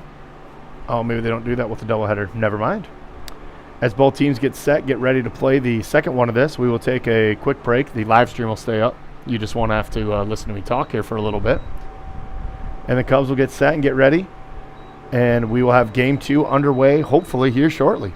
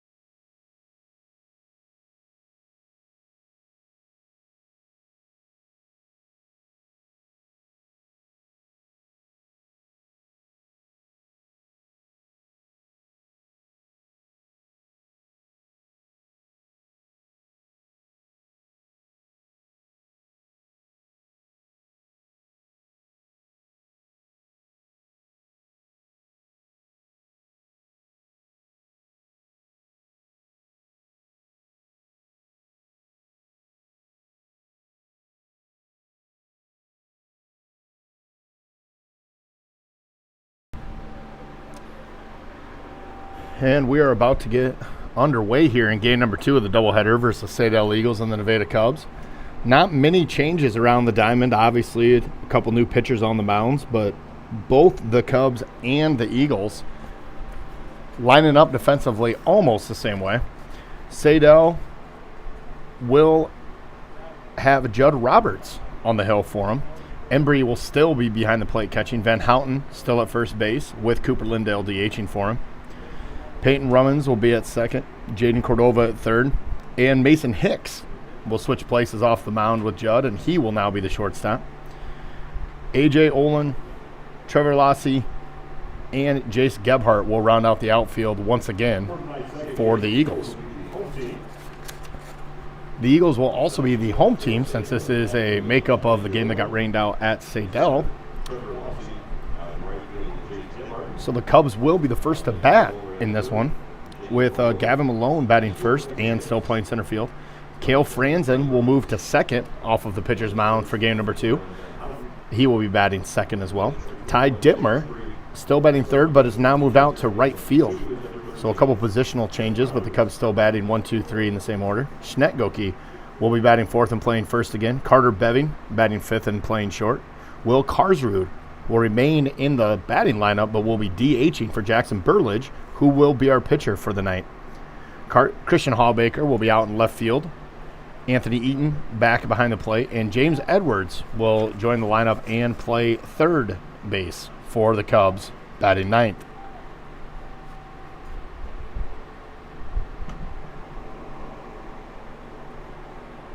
So once again, with the move for Dittmer in right and Edwards at third, and then obviously with the pitching change, Jackson Burlage just pitching and not into the batting lineup, moves Karsrud to DH and Franzen over to second for the Cubs in game number 2.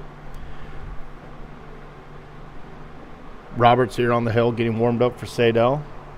The Cubs will be getting ready to bat and lead off the top of the first.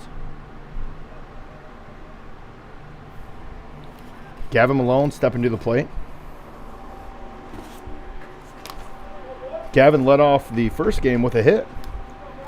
Fouled off a couple in the third, but Roberts catches the outside corner for strike number 1 on Gavin. Start the game off.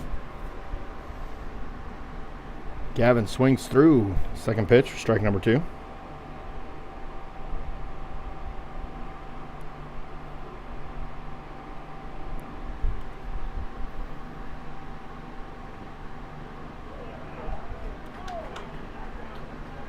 And Roberts with the breaking ball catches the outside corner of the plate.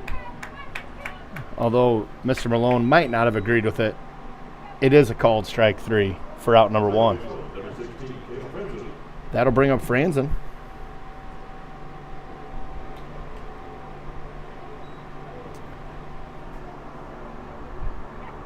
Kale takes the first strike a little bit inside. Roberts right down the middle for strike number 2. Kale with a good swing at it.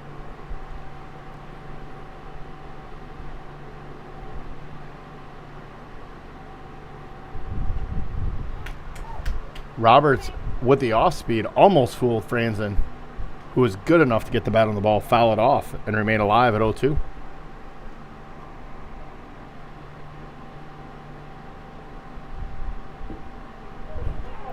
And Roberts catches the outside corner on Franzen as well for strikeout number 2 and out number 2 of the inning.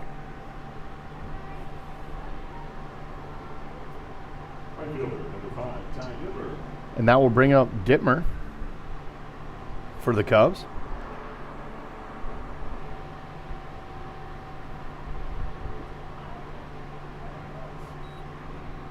Once again, Roberts catches that inside corner of the plate for strike number 1.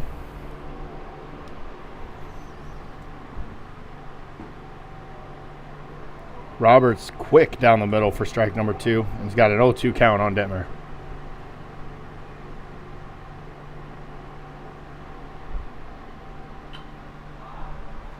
Popped up over the visiting dugout on the first base side and out of play. Dittmer, just like Franzen, staying alive with the foul ball on an 0-2 count.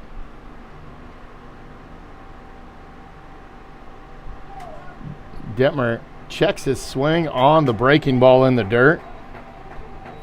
The catcher is able to corral it and tag him before Ty could head on his way to first base for strikeout and out number 3 of the inning. So the Cubs go down in order. No runs, no hits, no errors. Nobody left on base. And that will bring Jackson Burlage to the mound for the Cubs.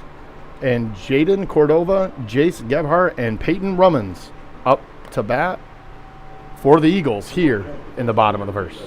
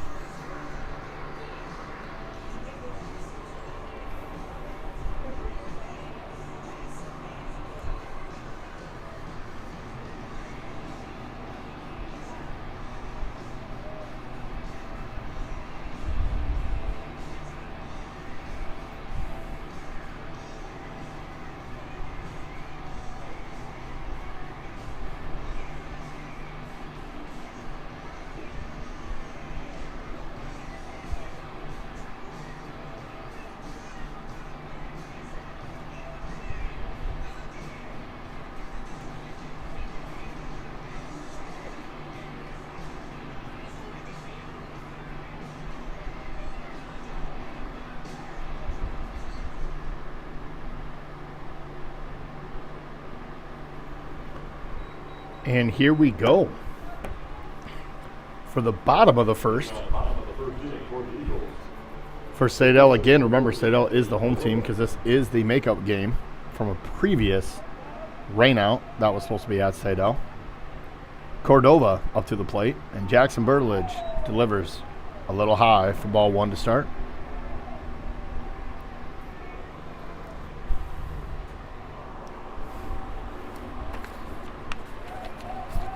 Burlage set to deliver. Once again, misses outside. Cordova had 3 hits in the last game and recorded an out to second base.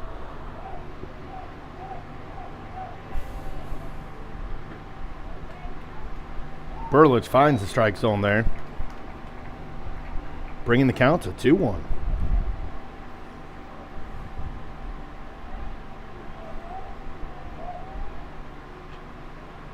Cordova jumps on the 4th pitch of the at-bat and fouls it straight back up over the press box. 2-2 is now the count.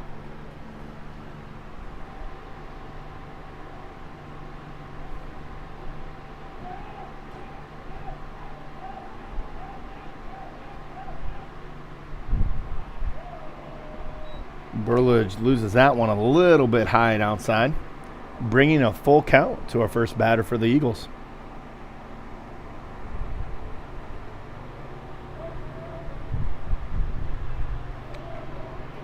And Burlage misses in the same spot and unfortunately starts off the Eagles with a walk to Jaden Cordova. That'll bring up Jase Gebhardt, the right fielder for the Eagles.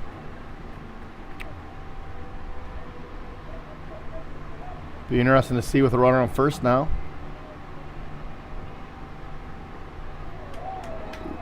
What type of pickoff moves the young Burlage has. That big advantage to the first base pickoff for a left-handed pitcher. First pitch a little high for ball 1.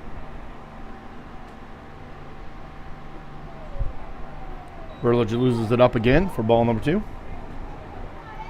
So far, Cordova not overly interested in looking to steal from first base.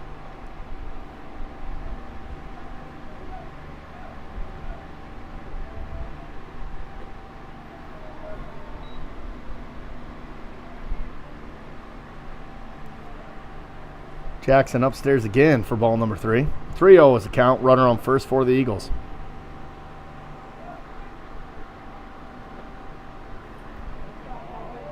A little bit high again.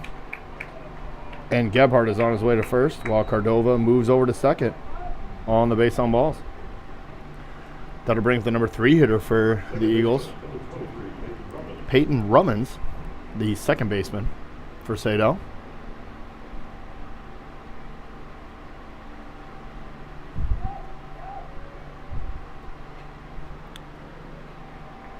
Romans goes after the first pitch and fouls it back into the net.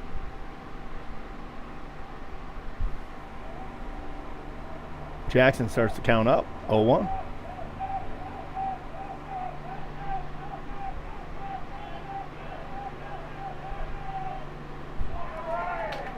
Burlage, a little off-speed pitch, gets Romans to chase and is up 0-2 on the count.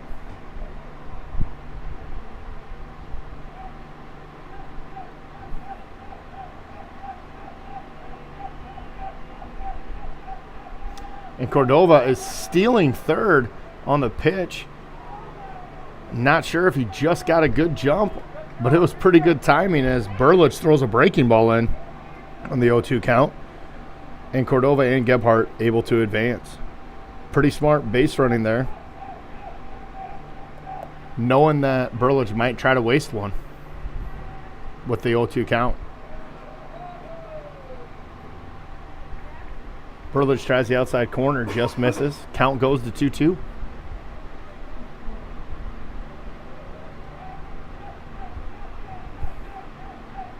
Here's the pitch.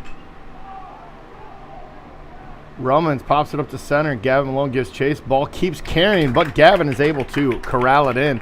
It will be deep enough to get one run in for the Eagles.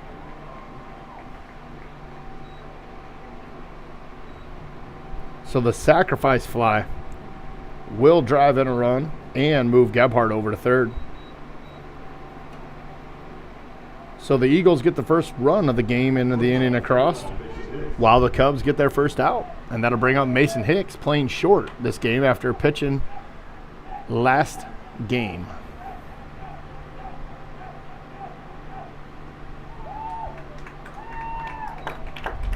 And Burlage starts him off with a strike on the outside corner. Hicks had a pair of hits last game and a couple flyouts to right field and to third base. Burlage a little bit high with pitch number 2.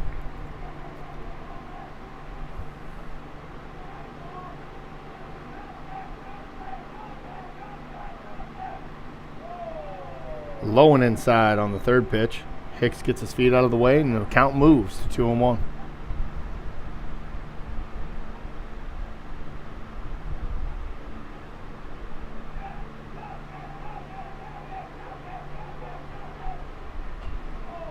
Inside pitch, Hicks gets his hands on it and pops it back up. Eaton gives chase, but just could not quite get all the way back to the net to catch it before it hit the ground. Count moves to 2-2 on the foul pop-up.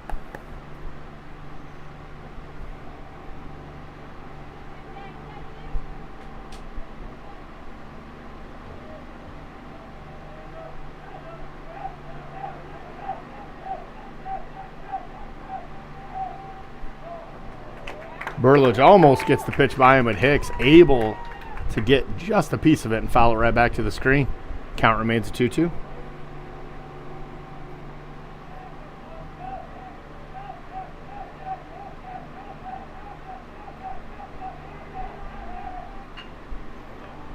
Hicks hits a fly ball to the left. Hallbaker gives chase, and it is just going to fall past his outstretched glove into the left center gap. That'll drive in a run, and Hicks will get a stand-up double here in the bottom of the first.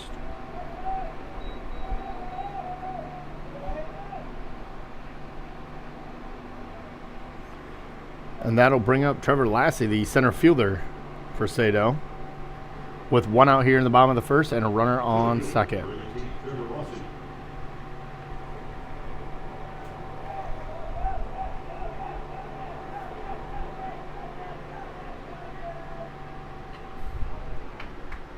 Burlage starts off with a strike, and Trevor fouls it off towards the first base dugout.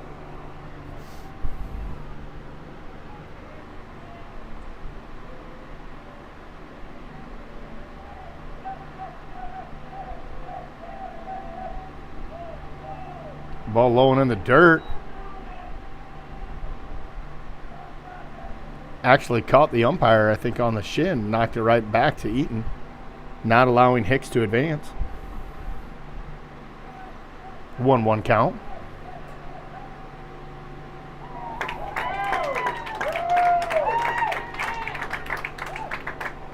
Burlage right by Lassie with a pitch on the outside corner, moving the count to 1-2.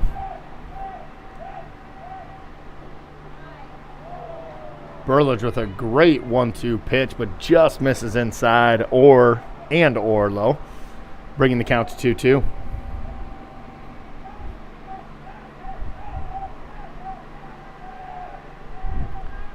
Mason on the move to third, and he will make it. Eaton didn't quite recognize, I think, as quickly as he was moving and wasn't maybe held on quite enough, and he was able to get a pretty good running start over there to the base. Meanwhile, Lassie has worked the count to full at 3-2. Burlage gets in a pop-up into the infield. Burlage calling for it. Looks to be underneath it and makes the play for the second out of the inning for the Cubs. Burlage wins the battle after a good at bat by Lassie to get the Cubs their second out, and that'll bring up Cooper Lindahl.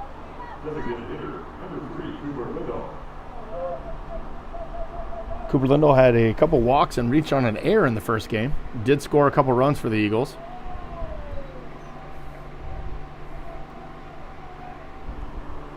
And that is ball number 1 to Lindahl.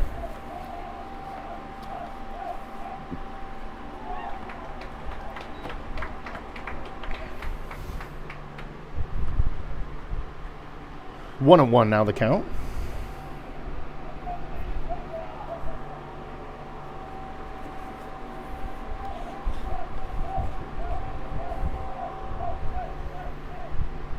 Pitch a little bit outside to move the count to 2-1 on Lindahl. Mason Hicks at third for the Eagles with 2 runs already across the board here in the bottom of the first.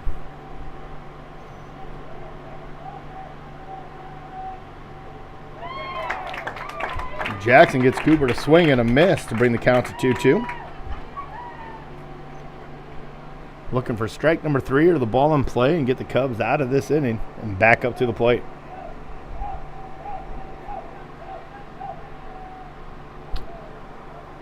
Burlage tries the breaking ball, but from the lefty to the righty, breaks a little too much and ends up hitting Cooper Lindahl, and he is once again on base for the Eagles. That'll bring up the pitcher, Judd Roberts.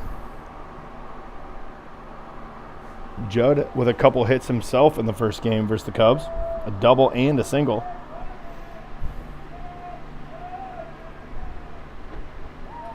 Burlage starts him off with a strike on that outside corner.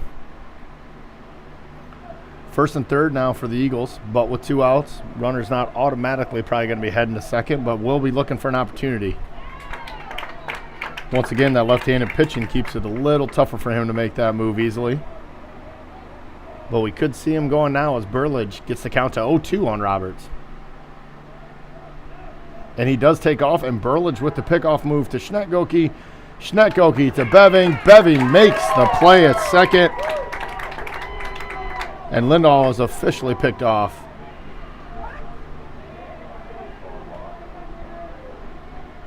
And now it looks like the home plate umpire is overruling the pickoff and calling a balk on Jackson Burlage, which does not happen a lot with the lefty, especially when the base ump does not call it.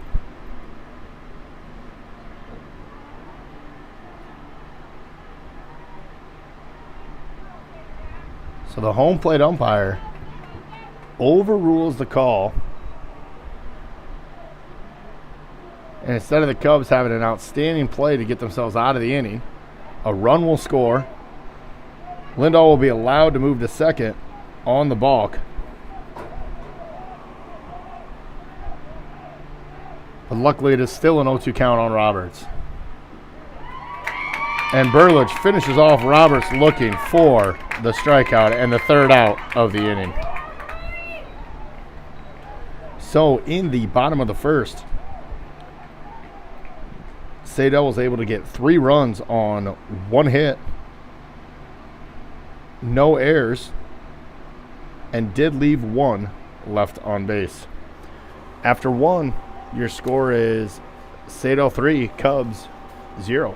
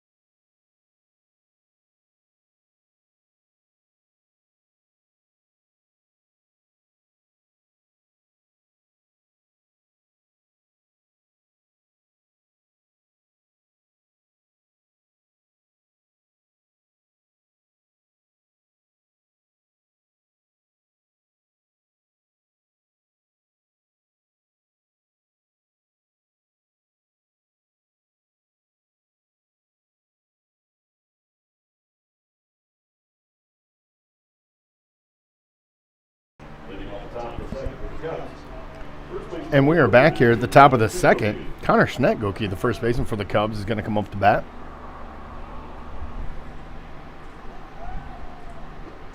Roberts delivers. Another strike as Connor swings through.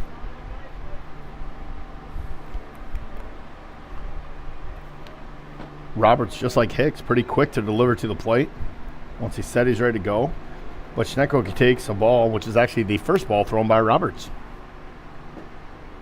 And Connor gets another one, and we're to a 2-1 count.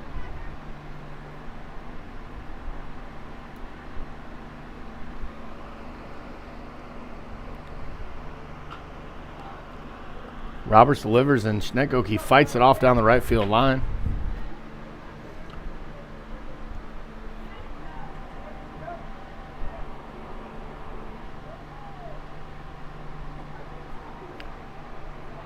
Roberts comes again, but the breaking ball misses high to give a full count here for Connor. Top of the second. And Connor Schnetgoke, after Roberts gets through the first inning without throwing a ball, draws the base on balls. And that'll bring up our shortstop, Carter Beving, with Schnetgoke on first.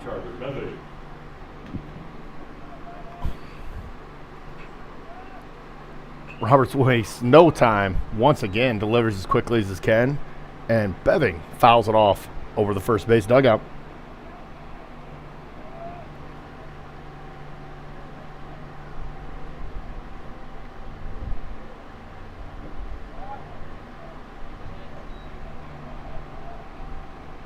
Roberts deals for the second strike, Beving down 0-2 in the count.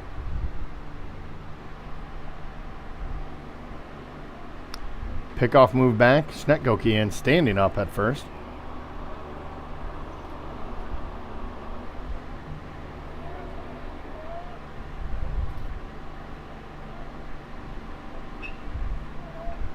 Roberts tries to go low and get one by. Beving, smart and tough with 2 strikes, fouls it off down the first base side.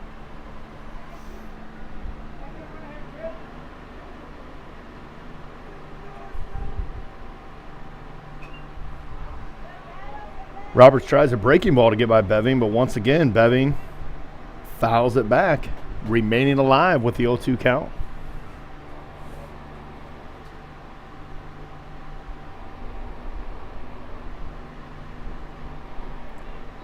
High and inside from Roberts for ball number 1.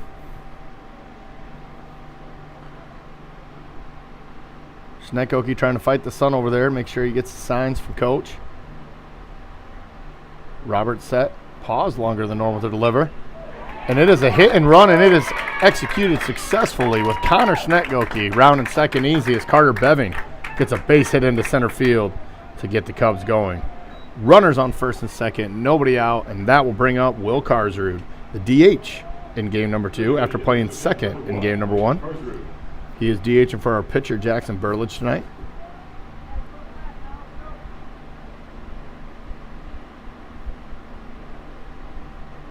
So Cubs threatening here in the top of the second. Karsrud takes strike 1 on the inside.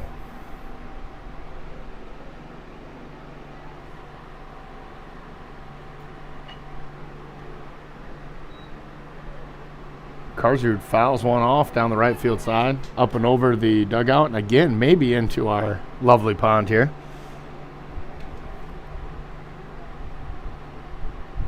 Roberts in the dirt with the third pitch of the at-bat, bringing it to 1-2. Pretty good stop there by Embry behind the plate, not allowing the Cubs to advance.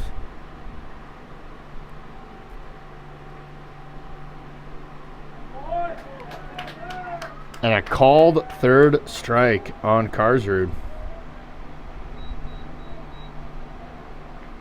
One of the difficulties of playing in a doubleheader, 2 different umpires, when they flip, strike zone's a little different. We saw maybe a little tighter and a little more inside strike zone in the first game. This one seemed to have moved a little bit more to the outside. The Cubs are going to have to find a way to adjust.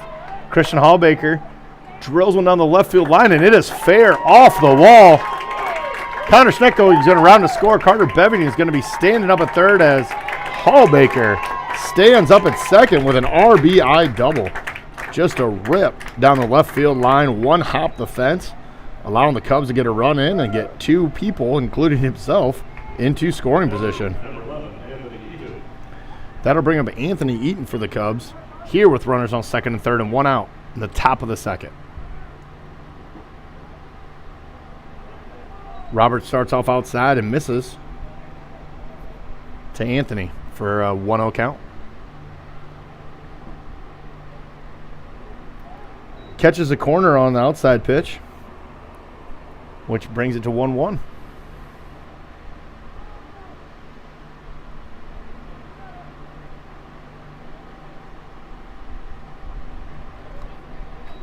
Roberts gets one by Eaton a little bit on the inside to get the count to 1-2. Again, 1 out here in the top of the second. Cubs threatening with runners on second and third. And Eaton is caught looking for strike number 3 as Roberts gets him to 2 outs here in the top of the second for the Eagles. That'll bring up James Edwards playing third base here in game number 2.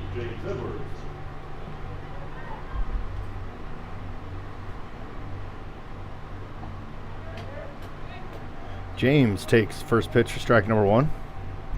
Roberts trying to get himself out of this jam with runners on second and third.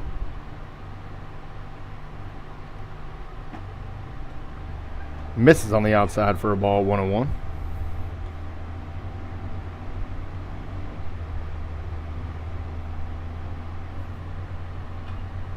Edwards with a great cut on it, fouls it straight back to the screen, bringing our count to 1-2.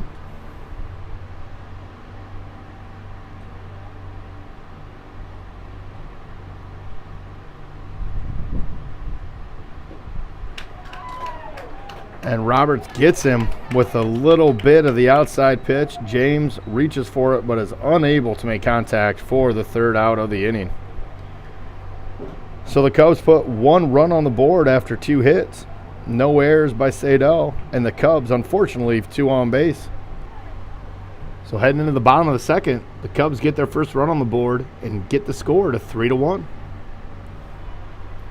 Burlage will be back on the hill for the Cubs here to start the bottom of the second. And Saydel will have Jase Embry, A.J. Olin, and then the top of their order with Jaden Cordova to lead off here in the second.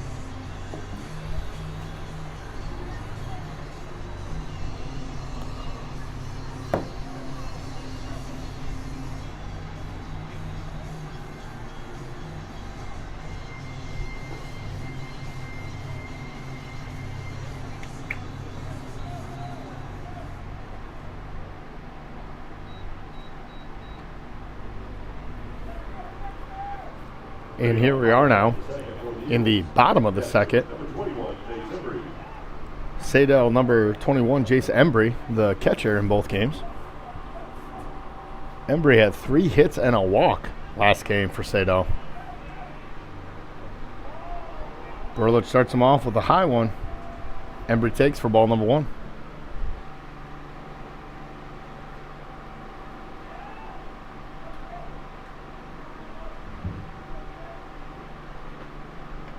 Burlich fires right back, evens back up the count at 1-1.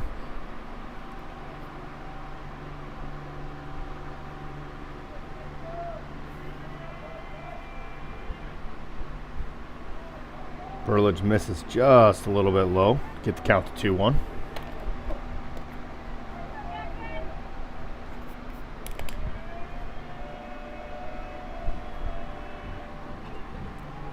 Burlich with the foul. Burlich with the pitch, excuse me, and Embry with the foul straight back up and over the press box.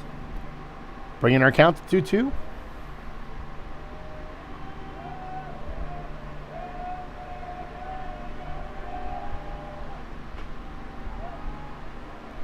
Burlich gets Embry to chase a low one. He pops it really high up in the air to second base.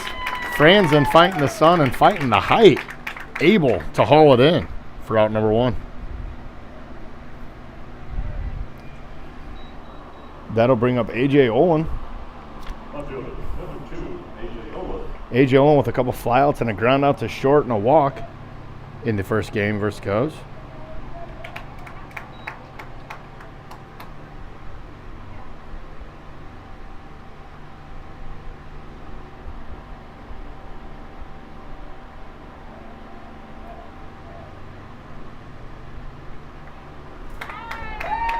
Burlich starts Olin off with a strike right on the outside corner.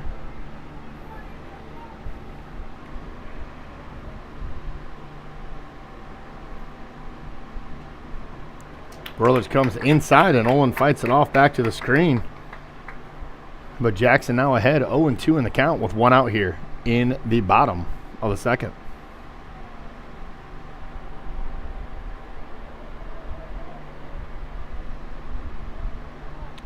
Breaking ball gets away from him a little bit. Once again, that lefty to righty, causing Olin to duck down for ball number 1.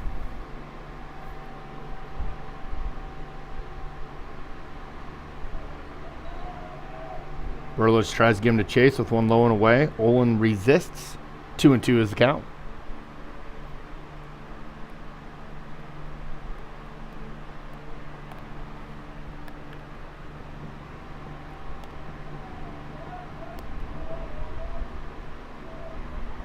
Burlich on the inside. He does catch Olin, or at least his jersey, but it's enough for the hit by pitch and send AJ down to first. So now we are back to the top of the order for the Eagles, bringing up Jaden Cordova. Cordova reached on a walk to start the game, and once again had a couple hits. 3 to be exact in the first one.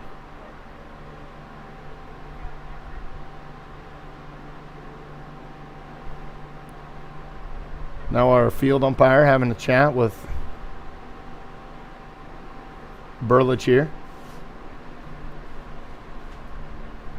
Maybe reminding him about the pickoff move that was called a walk by the home plate umpire earlier.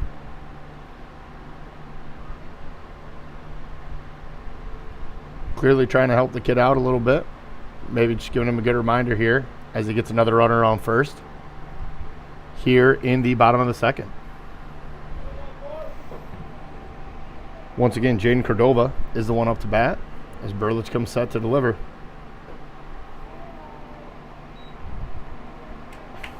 Burlich a little high with the first one.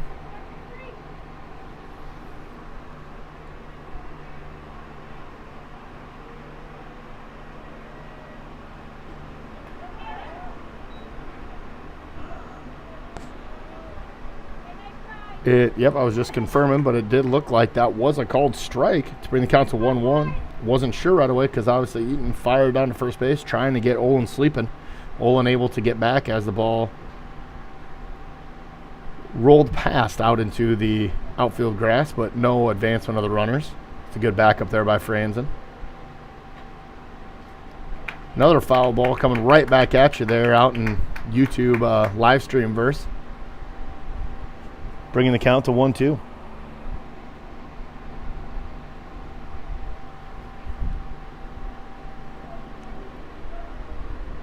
Runner going, and it is fouled back by Cordova. Olin got a pretty good jump there from first. Be interested to see if Burlich tries to hold him a little closer with a pickoff move here.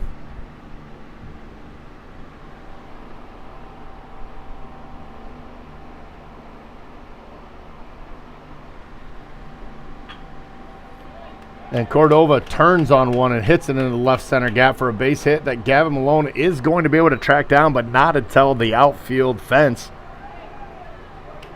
Allowing Cordova with the stand-up double. But the effort by the outfield did keep Olin from scoring. Giving Saydel runners on first and second here in the bottom of the second as Jase Gebhardt comes up to bat. One out for Burlich and the Cubs. Runners on second and third.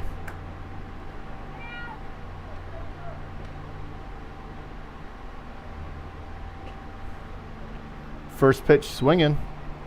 Gebhardt fouls it off onto the right side.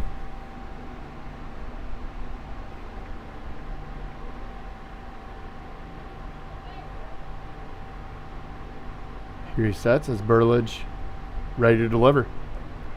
Burlich gets him to chase the high one and bring the count to 0-2.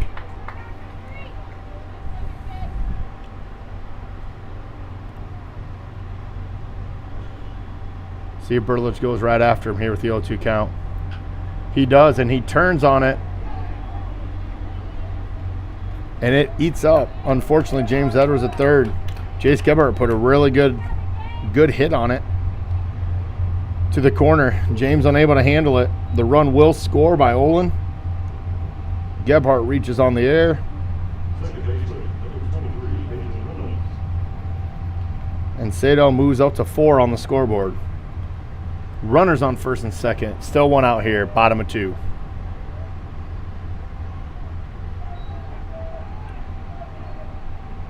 Ball 1 comes across from Burlich to Payton Romans, the second baseman for Saydel. Payton had 3 hits in the first one of our doubleheader. Burlich goes ball number 2 on the outside. As we see another train coming through Nevada. Out there in left center field. So if you had bottom of the second for the train in game 2, you are a winner. Outside pitch, Eaton gets a good throw as the runners take off for third, and the short hop is not handled by Edwards at third. Hallbaker's going to come up, but just throw it to Edwards to try to hold the runner at second. And Cordova is going to get the stolen base to third and is going to score on the air. Gebhardt moves up to second on the steal. And Saydel, after putting another run on the board, still with the runner in scoring position with Gebhardt at second, one out here in the bottom of the second. Burlich comes to the plate high. It's Gebhardt moving the count to 3-1 with the strike on the stolen base attempt.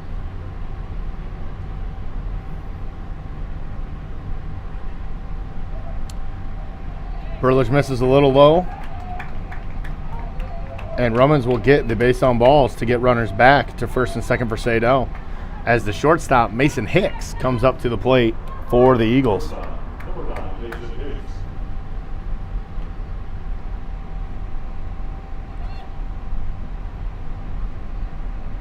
Hicks had an RBI double in the first. Swing and miss for a strike.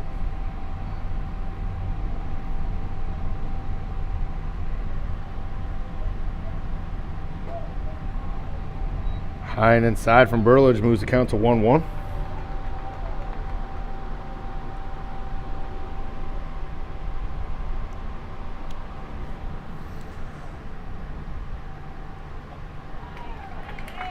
Pitch on the outside from Burlage, just taken by Hicks to move our counts to 2-1.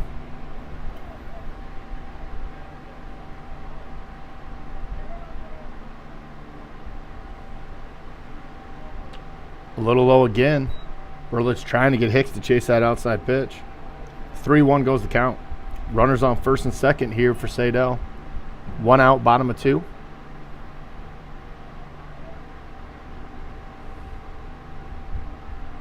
And Burlage misses on the 5th pitch of the at-bat, walking Hicks and loading up the bases for the Eagles.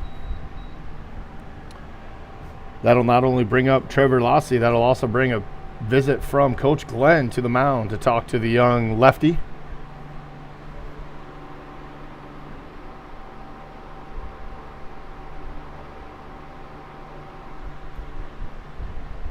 While we have a second here, saying hi to a couple of our fans on the live stream down in Destin, Florida. The Dimmers and the Schneckgokies down there dancing the days and nights away.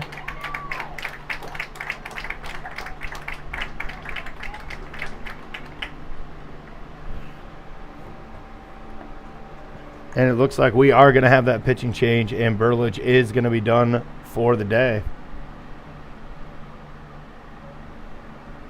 And the Cubs are going to Colin Memmer out of the bullpen.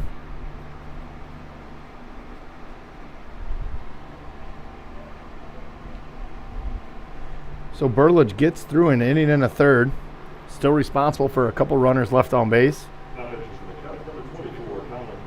As Memmer will get warmed up and ready to face the Eagles.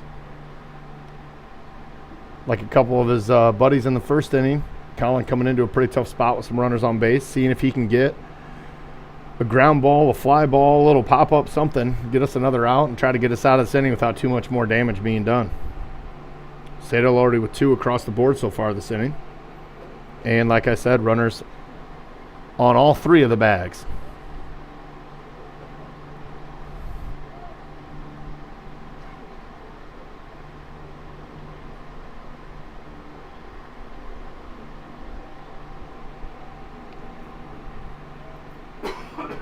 Good news for the Cubs is Trevor Lossie will be up for Saydel. He flew out to the pitcher in the first inning, and one of the few Eagles not to record a hit in the first game with a couple outs and a couple walks. So let's see if Colin can have a similar result and get us another out here in the bottom of the second. First pitch swinging, Lossie, high fly ball on the left field side. It looks like it is going to stay in. And third baseman James Edwards is underneath it and gets the second out of the inning for the Cubs. 1 pitch, 1 out. Pretty good work from Memmer so far. That'll bring up Cooper Lindahl, the designated hitter.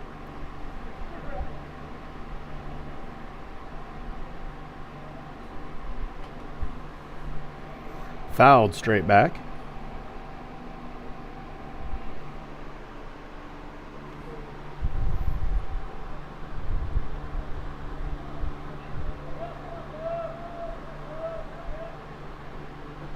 Memmer delivers a little high. Cooper doesn't chase. Count goes to 1-1. 2 outs now for the Cubs with a force anywhere as the bases are loaded.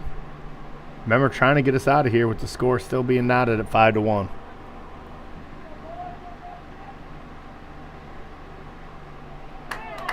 Lindahl swings through and misses on the high heat from Memmer, bringing the count to 1-2.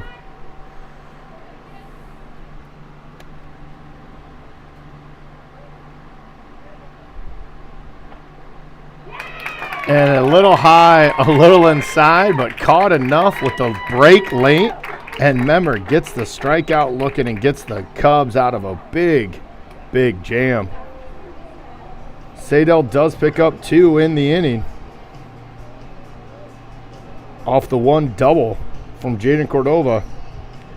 1 error from the Cubs allowed another to get in, but the big news here, they left 3 on base, leaving our score at 5-1, heading now to the top of the third for the Cubs.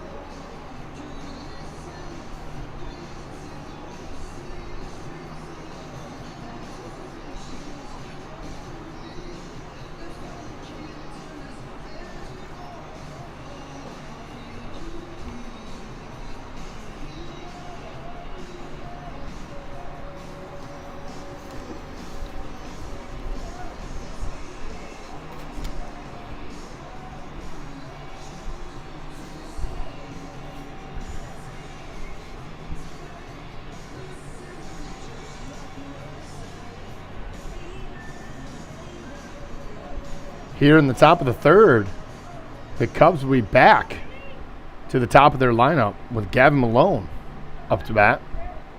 Leading off the top half, voted the Cubs center fielder, number 10, Gavin Malone. Let's see if the little momentum there from a strong finish to the second can get the Cubs going, get the Cubs bats going here. And Malone, first pitch swinging, takes the breaking ball into left center field. The center fielder was shaded way towards the right field gap, so Gavin is able to get a stand-up double off the hit to the grass. That'll bring up Cale Franzen, our second baseman today in game number 2. Second baseman, number 16, Cale Franzen.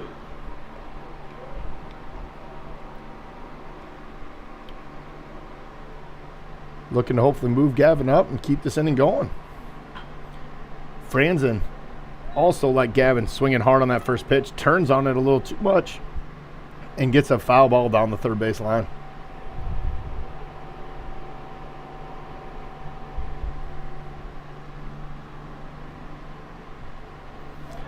Takes the pitch into the dirt. Gavin, good heads-up base running, sees the ball squared away from Embry behind the plate and is able to get into third base, getting the Cubs 90 feet away from another run. Franzen now with the 1-1 count after the foul ball and the pitch in the dirt. Cale fouls another one back out of the stadium on the first base side, moving the count to 1-2.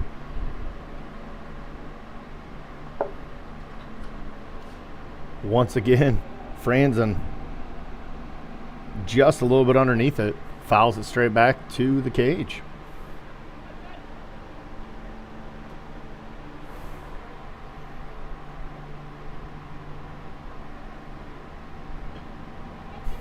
Franzen once again, almost a little check swing on the breaking ball, but able to get the bat on it and stay alive with the 1-2 count.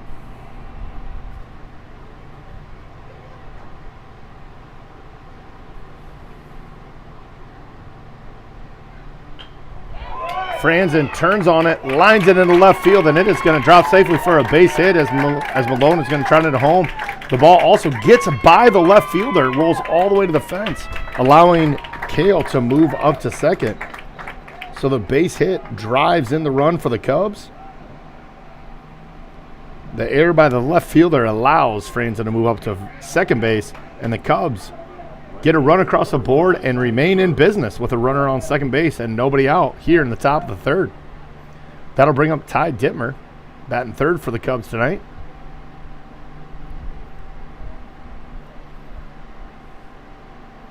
Cale takes a good lead off second. And Roberts delivers a strike to Dittmer on the outside corner.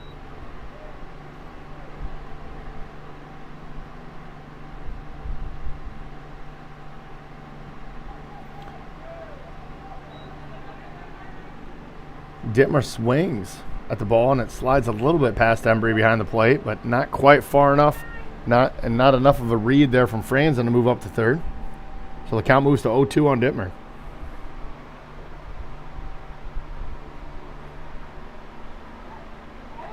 And Dittmer gets fooled on the breaking ball, gets a cut at it, but is unable to make contact. And that is out number 1 for the Cubs here in the top of the third. And that'll bring up the first baseman, Connor Schnetgoke, here with the runner still in scoring position for the Cubs, with Cale Franzen at second base. Roberts first switch. Schnetgoke puts a good bat on it, gets a grounder to short. Hicks will take the out at first while Franzen moves over to third base. Another good first pitch swing there by Connor, but just got on top of it a little bit, and Hicks was able to record the out from short. Number 2, Carter Beving. 2 outs now as Carter Beving comes to bat for the Cubs. Again, another runner over at third, trying to get Franzen in. Beving again swings to the first pitch. This is going to be a chopper, which is going to be trouble with Carter's speed, and it was. Cordova made a good play on it, but the third baseman didn't have enough time or a strong enough arm to get the speedy Beving as Beving hustles it out down the line for an infield base hit and an RBI, getting Franzen across the plate, bringing our score to 5-3 now in the top of the third. That'll bring up Karzard. Roberts checks and throws over to first on Beving. Karzard seeing if he can keep the Cubs going here in the top of the third after we put a couple runs on the board. First pitch strike as it gets by Karzard. Be interesting to see what Coach Glenn does here. I know he likes to be aggressive on the base pass, especially with the speed of Beving at first. But with 2 outs, the count might be more of a dependent on if we're going to run here or not. And there goes Beving. Roberts with the breaking ball. Good throw down by Embry, but the one hop isn't enough to get Beving, and he is safe at second base with a stolen base. It did appear to be a called strike on Karzard with the stolen base. Breaking ball must have broke in right at the last minute to catch some of the plate. So Will face an 0-2 count here. Inside pitch brings it to 1-2. Once again with Beving's speed, any kind of hit to the grass is probably scoring a run here with 2 outs, as Beving will be going off the crack. And the ball gets away. Beving decides to go back. Probably a good decision. Embry pretty close there at third.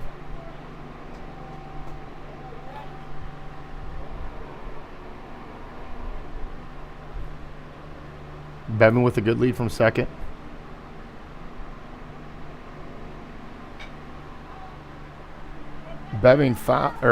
Karzard fouls it off over to the right side. Out of play for the first baseman.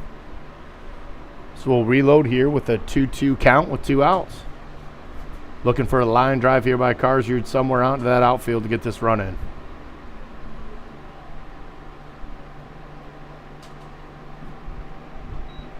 Ball is high, so we'll reset here with a full count.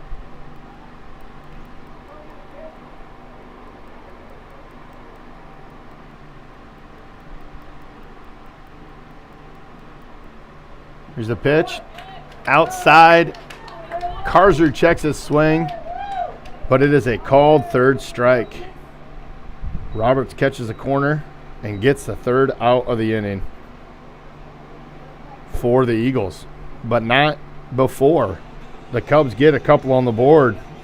2 runs on 3 hits. No errors by the Eagles. Only 1 left on base.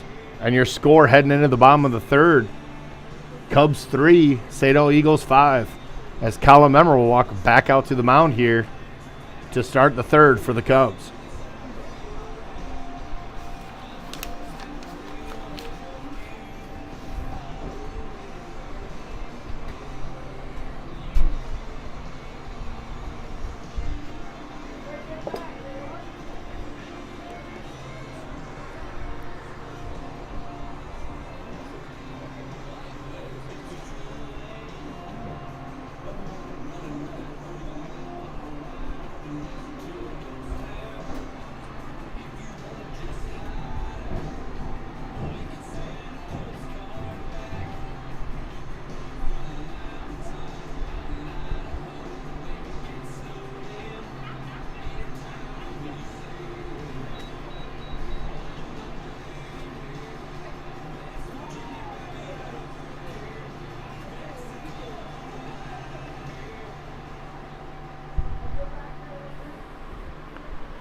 And here we go.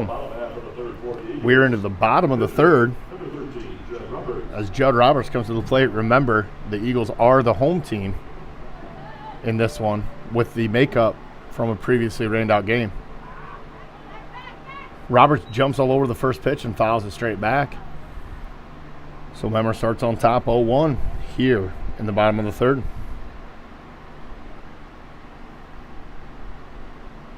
Also fun to add to the confusion of the home team and the away team. Both teams wearing their yellow jerseys for game number 2. Always making it exciting. Memmer tries the outside and misses, bringing the count to 1-1.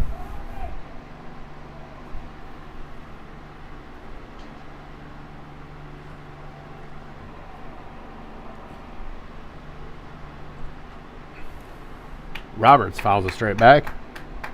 Memmer gets ahead in the count 1-2.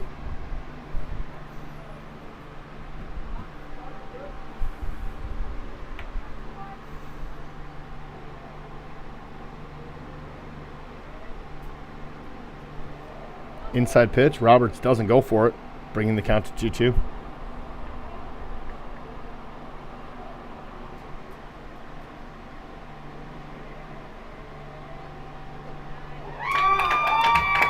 And Memmer flies one by Roberts for strike number 3 and the first out of the inning for the Cubs.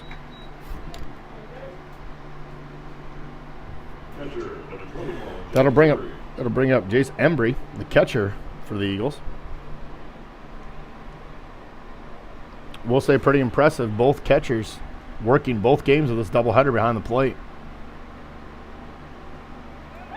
And Embry swings through the first pitch for strike number 1. Calvin Franzen did give Eaton a little break for an inning in the first one of the doubleheader. I do believe that Embry caught the whole thing and is back behind the dish today for game number 2. But more importantly for our Cub fans, that's another swing and a miss, and we have an 0-2 count with one out here in the bottom of the third.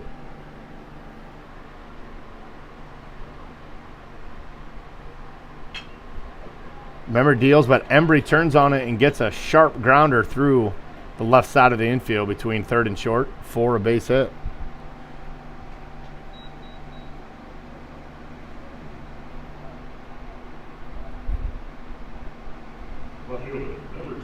And that'll bring up the number 9 batter for the Eagles, A.J. Olin. Hit by a pitch in the second inning.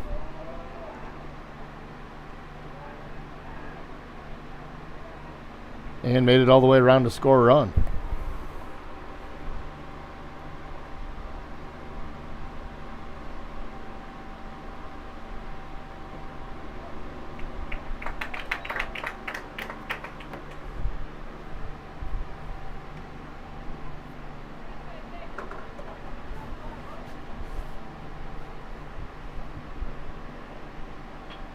Olin gets the bunt, but it is a one-hopper right back to Memmer, who smartly throws it to second, gets the out at second, and we almost turn 2 with Beving getting a great turn and throw to Schnetgoke.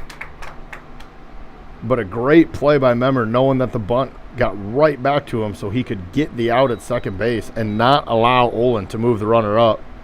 Olin will reach on the fielder's choice, like I said, maybe a step away from turning 2, which would have been outstanding on a play like that. So Memmer and Beving with the heads-up play get us out number 2 of the inning. And the Eagles will have Cordova up at the plate, their leadoff hitter. A walk and a double so far today.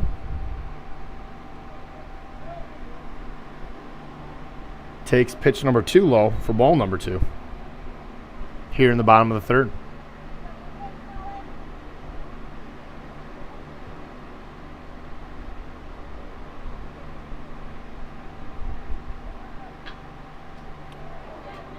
Cordova reaches out. Again, good base running once again by the Eagles. What probably was going to be a routine grounder to short ends up getting through the left side as the hit and run is on, as Olin steals second, pulling Beving over to the base to try to cover. So twice now we have seen that executed really well by Saydel. And the Cubs just, unfortunately, some bad timing of going to cover the base and some really timely hitting by the Eagles have got him a couple hits.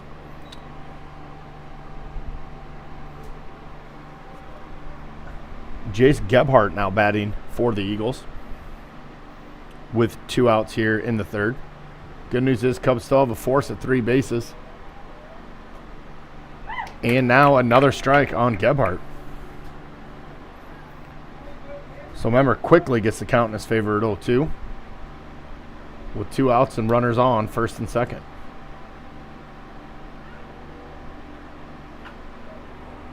Memmer throws one inside that Gebhardt does get turned around on, but well out of play down the left field line in foul territory. So the count remains 0-2.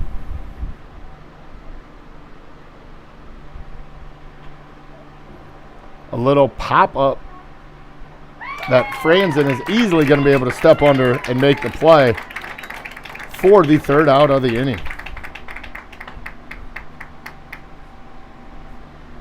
So in the bottom of the third, Saydel gets no runs on the 2 hits. No errors by the Cubs. And especially after that good play from Memmer and Beving on the bunt. No runs scored and 2 left on base. After 3 official, your score is 5-3 Saydel. We are heading to the top of the 4th where the Cubs will bring up Hallbaker, Eaton, and Edwards.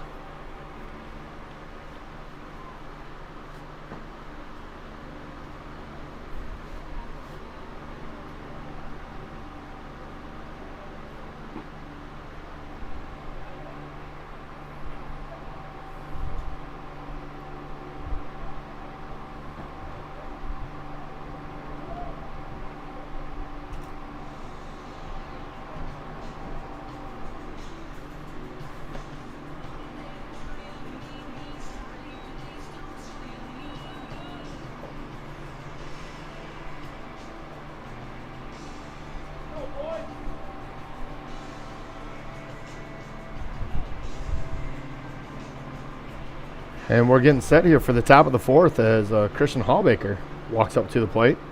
Last at bat, Hallbaker ripped a double down the left field line that one-hopped the fence.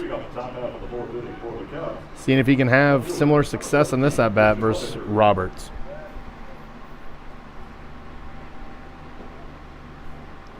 Roberts starts him off with a breaking ball inside. Doesn't catch enough of the play for ball number 1.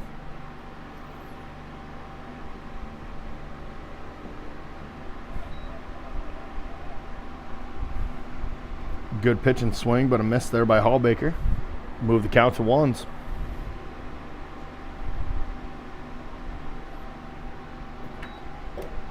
Roberts misses into the dirt, low and away.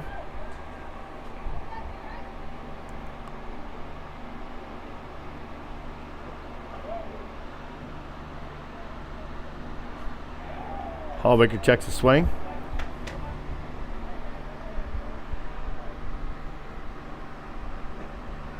And takes the high one for the walk.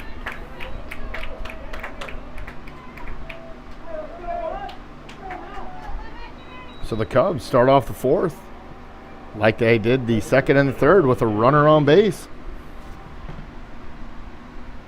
That'll bring up Anthony Eaton.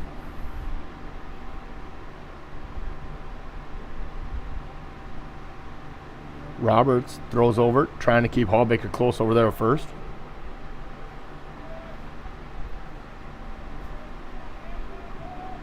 Anthony shows bunt, pulls back. Hallbaker takes off to second. Throw on the left side of the bag, and Hallbaker is going to slide in and be safe with the stolen base.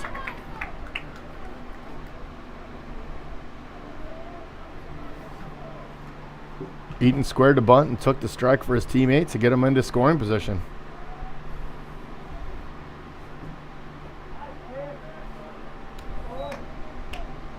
Roberts bends a breaking ball around to catch that inside corner of the plate, bringing the count to 0-2 on Anthony.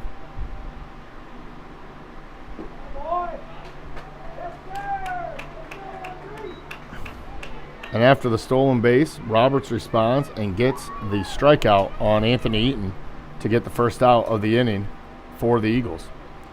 And that'll bring up the third baseman for the Cubs today in Game 2, James Edwards.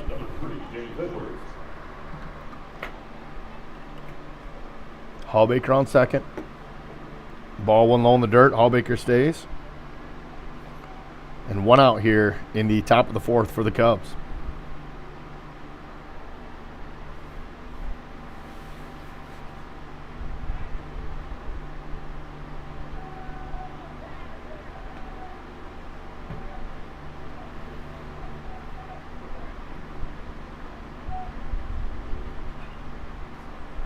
Edwards with a great cut, fouls it straight back. Count evens at 1.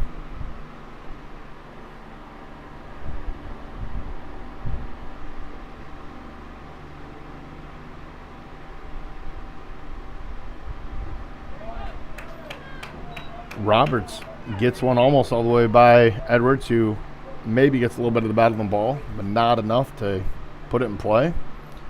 Count goes to 1-2.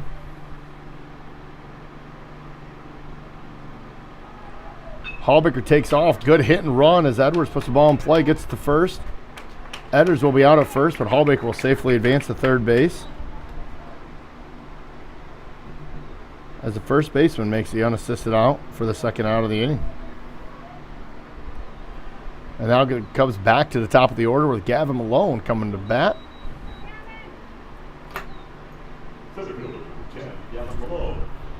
Once again, Cubs got a runner 90 feet away from a run. Need to try to find a way to get him in and get this down to a one-score game. Malone takes ball number 1 on the first pitch.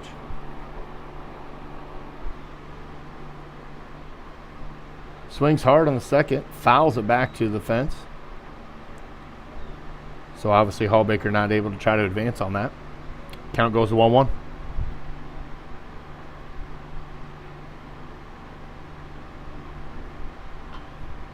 Gavin gets his bat on it, but a little bit underneath, pops it straight back, and it lands just to the side of the press box here in the stands. Bringing our count to 1-2. Here with 2 outs in the top of the 4th.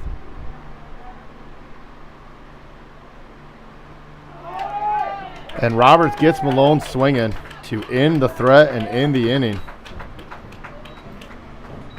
So the Cubs get no runs on no hits, no Saydel errors, and leave 1 on base, leading us to the bottom of the 4th with the score still 5-3.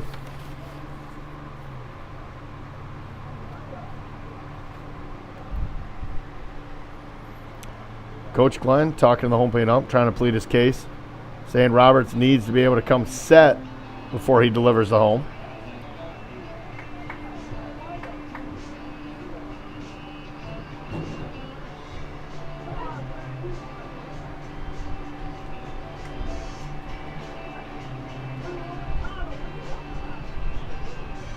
Memmer back on the bump here for the Cubs. Heading into the bottom of the 4th. Saydel will have the heart of their order up with Romans, Hicks, and Lossy, the 3-4-5 hitters for the Eagles.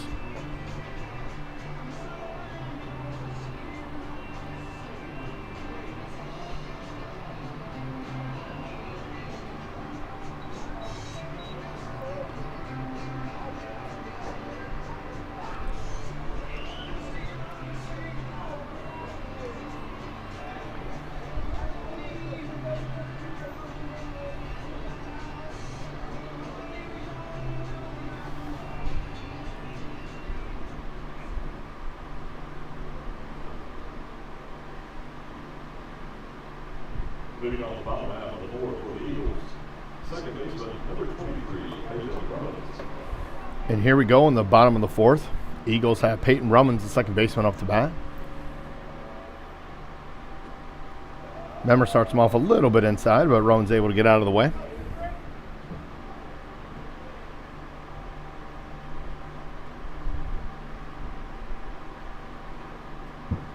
Romans fouls it straight back to the backstop, moving the count to 1-1.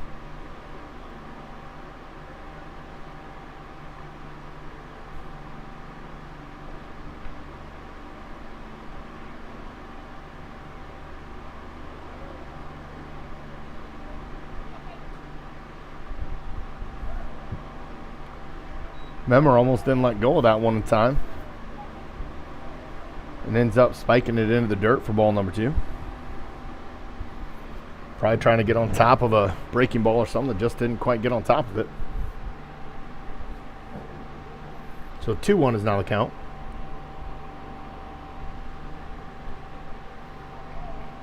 Misses a little bit inside to move the count to 3-1 to Romans here in the bottom of the 4th.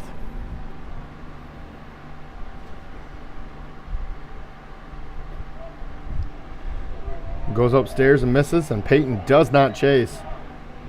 So the Eagles with a runner on first. Here to start the bottom of the 4th. That'll bring up the shortstop for the Eagles, number 6, Mason Hicks. Swinging at the first pitch, fouls it straight back.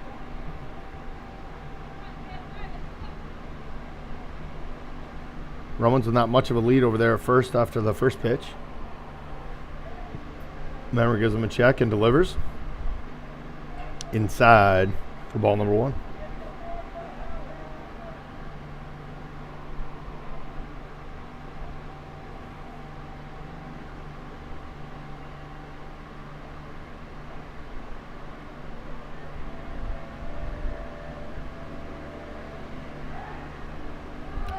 Memmer tries to throw over to pick off Romans from first, and the ball goes all the way to the fence.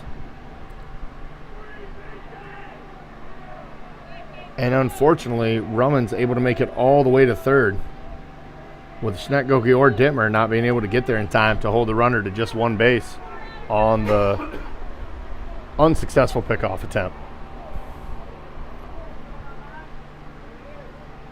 So with the count still at 1-1, Hicks now with a runner in scoring position at third.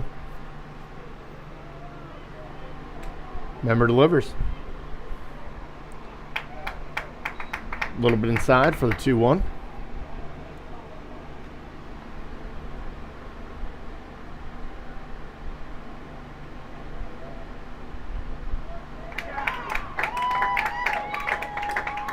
Oh, excuse me. It must have been a 1-2 count on that last inside pitch, because Memmer just threw another one and struck out Hicks looking for the first out of the inning. So I apologize for missing that one.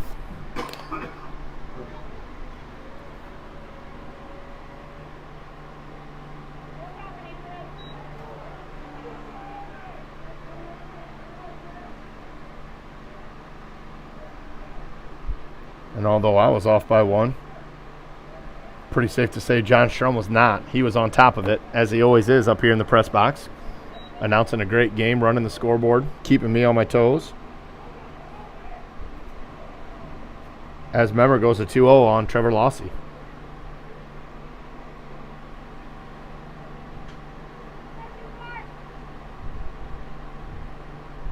One out here in the bottom of the 4th, still 5-3. Saydel with the lead. But a runner threatening on third base. And now a 3-0 count to Lossie.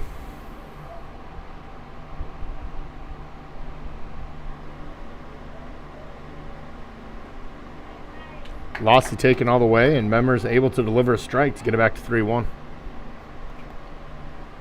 The Eagles have been pretty aggressive all night in both games at the plate, so I would not be surprised here to see Lossie trying to get this one in play. Little inside, and he doesn't bite. And now the Eagles have runners on first and third, with Cooper Lindahl, the DH, coming up to the plate.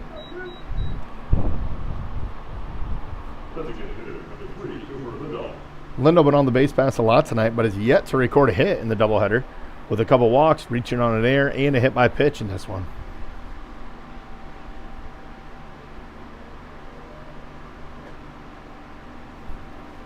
Memmer starts him off with a strike on the outside corner.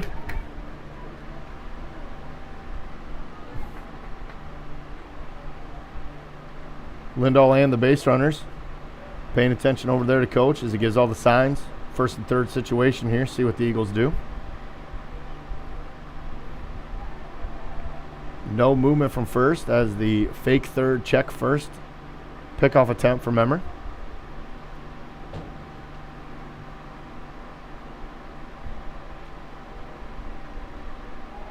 And he is going. It's swung through. Good throw by Eaton, but not handled by Beving. The short hop got him. Eaton with a good quick release, but just a little short with the slide coming in was too much for Beving to handle. So the runner from third scores. Lossie moves up from first to third on the stolen base in the air. And Saydel puts another one on the board. But the good news, as I was saying all that, was not only was strike number 2 on the stolen base attempt, but Memmer gets Cooper Lindahl to swing through the third pitch for the strikeout and the second out of the inning. And that'll bring up Judd Roberts for the Eagles with a runner on third. Memmer starts him off high.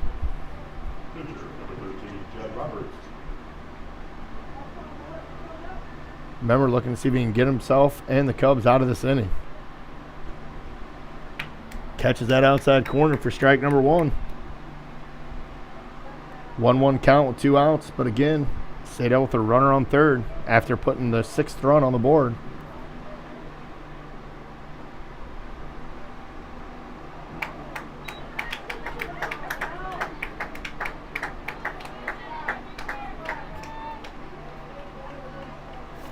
Memmer gets the strike call in the inside corner.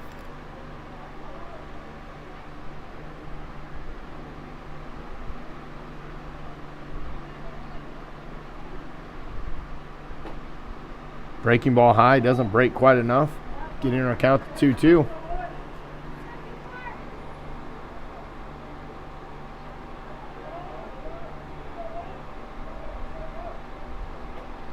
Memmer tries the breaking ball again. Doesn't quite turn enough to get the plate. Roberts ducks out of the way, and now the count is full. 3 balls, 2 strikes, 2 outs. Runner on third. Roberts turns on a high inside pitch. Hallbaker gives chase in left field, but was unable to get there before the ball hit into the wall.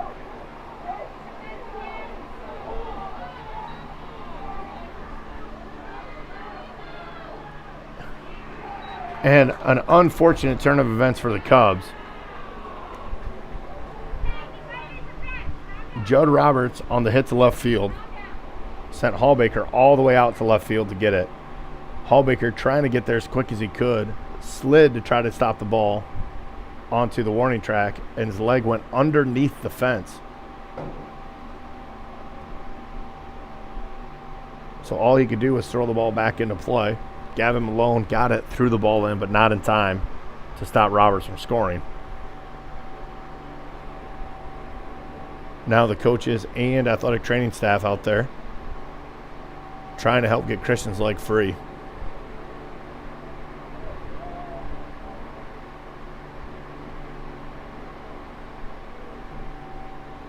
Looks like they've got him out, and he's standing up on his own and walking it off. So it could have been a really dangerous situation. Luckily, just turned out to be kind of an unfortunate one baseball-wise. But Christian appears to be okay out there in left field after giving great hustle to get out there to the ball.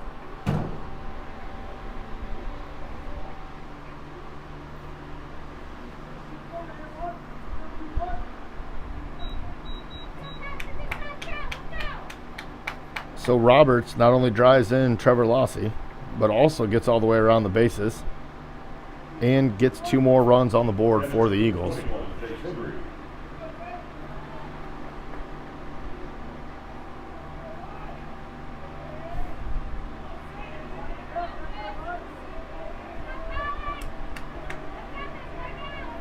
Once again, great effort by Hallbaker out there in left field and the rest of the Cubs. Gavin Malone running over, trying to get the ball in play. A good relay back in.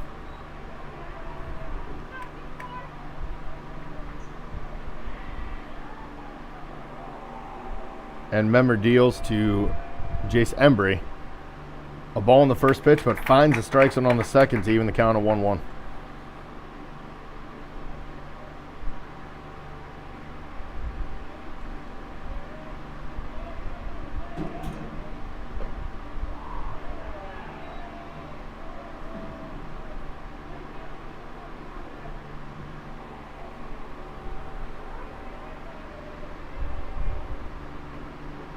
Memmer misses outside to bring the count to 3-1 here on Embry. 2 outs still here for the Cubs in the bottom of the 4th.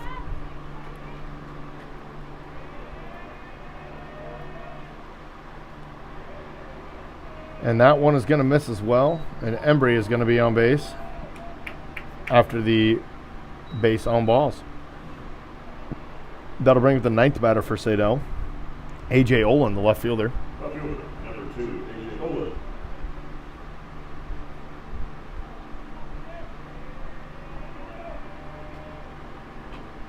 A.J. Olin pops it up, and it'll be straight back out of play. Coming here right down into the stands again.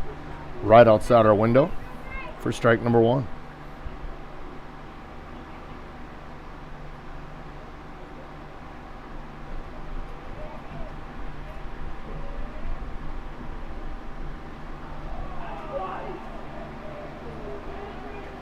And the hit by pitch, A.J. Olin will get to advance to first base, pushing Embry over to second as the inside pitch got away from Emmer.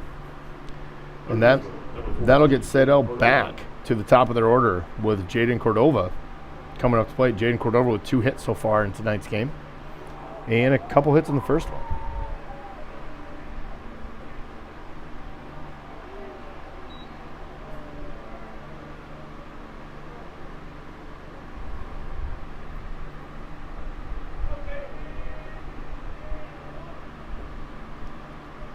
Remember, misses a little bit inside, bring the count to 2-0.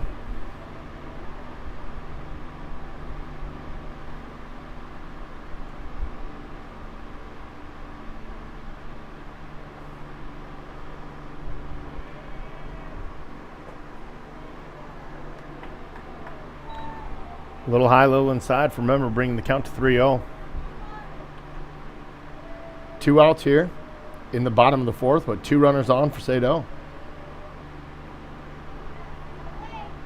Cordova takes, and Memmer finds the strike zone to bring it to 3-1.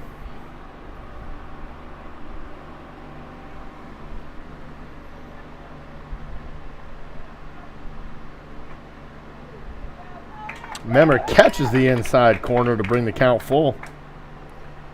3 balls, 2 strikes with 2 outs. Both of the runners on first and second will be advancing on the pitch. Cubs' best shot on a grounder is probably going to be at first to get the 3rd out. And there it is, grounder to second. Franzen gets over there, gets the gloves on it, gets it to first, and Schnetgoke catches in time to get the Cubs out of the inning. Good play there and way to stick with it by Cale Franzen. And a good stick over there at first by Schnetgoke to get the out. But the Eagles tack on 3 there in the bottom of the fourth.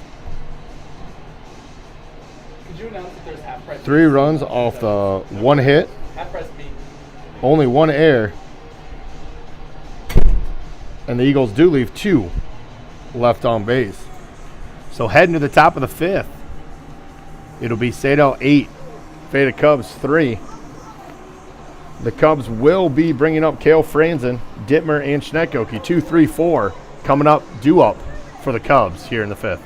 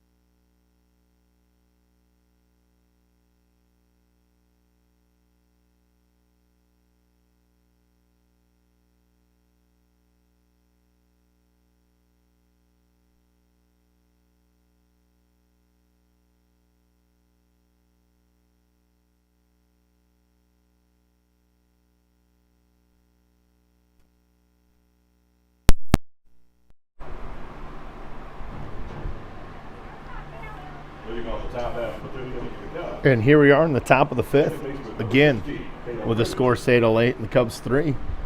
Cale Franzen will be up to bat trying to get something going here for the Cubs. Had a base hit and scored a run in the 3rd inning in his last at-bat. Fouls one back to the fence for strike number 1.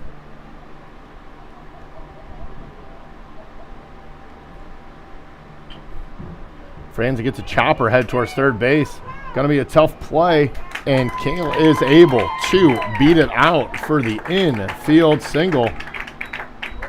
And once again, the Cubs start off the inning with a runner on base.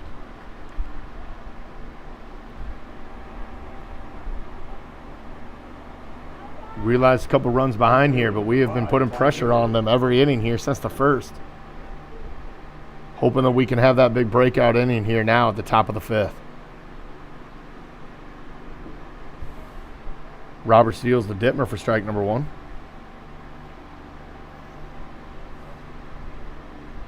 Franzen, good base runner at first. See if Dittmer can get the ball to the grass in the outfield and get the runners moving around. Cale takes off. Cale takes off and steals second. A really good throw by Embry. And they had it in time to maybe get the tag down. But Kale with a good slide gets underneath the tag and is safe at second with the stolen base. 0-2 count to Dittmer, as it was a strike on the stolen base attempt. Dittmer takes ball number 1 in the dirt. Franzen stays the second.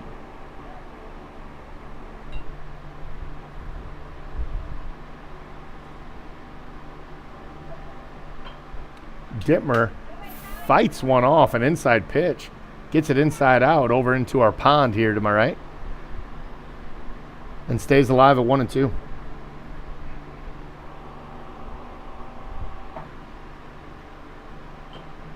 Dittmer gets a chopper that the catcher's going to be able to get and make a play on him before he gets out of first, but it is going to basically work as a bunt and move Franzen over to third.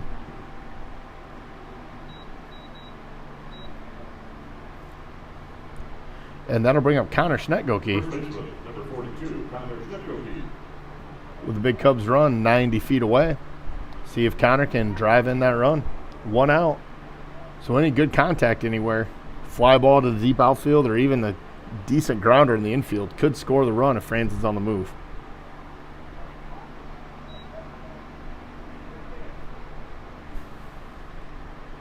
Schnetgoke takes strike 1.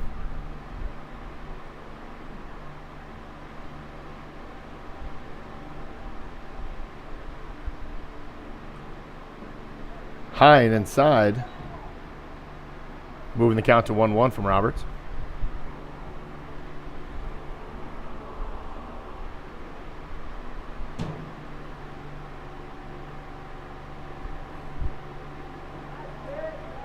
Breaking ball breaks in there and just catches the corner of the plate on the inside, bringing the count to 1-2.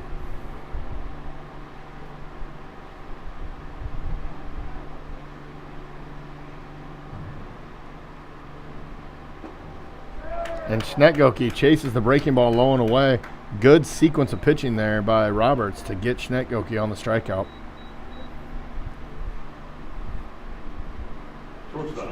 That'll bring up Carter Beving.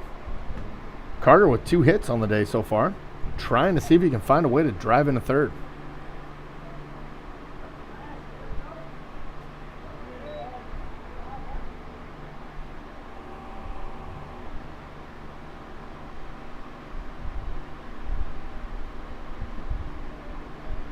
Roberts misses on the outside, bringing the count to 2-0.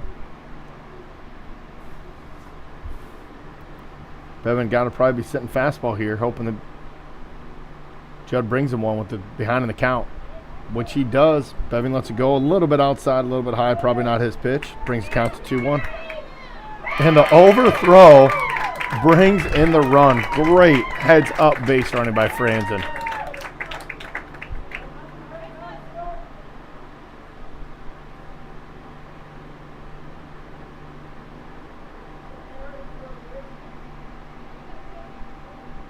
Franzen doing a great job paying attention on that throwback. Little mishandle. Run comes in.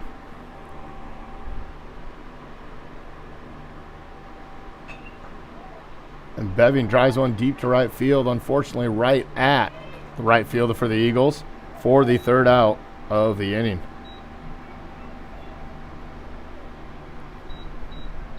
But the Cubs get one more back on the board. 1 run on our 1 hit.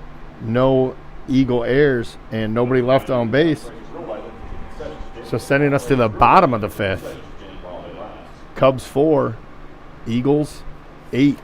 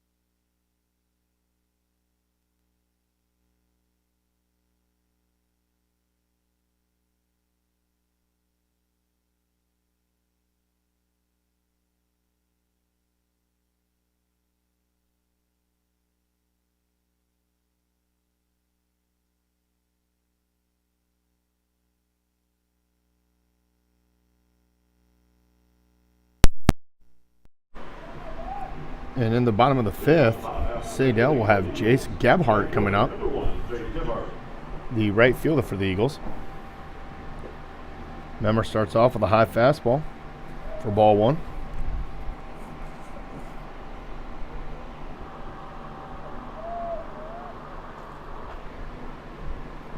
Gebhardt fouls one off down the left side for strike number 1. Gebhardt been on base and scored some runs again, but reached on a couple errors, couple outs, reached on a walk. She had to record a hit. Colin trying to keep it that way. Gebhardt fouls another one off, this time to the first base side, getting our count to 1-2.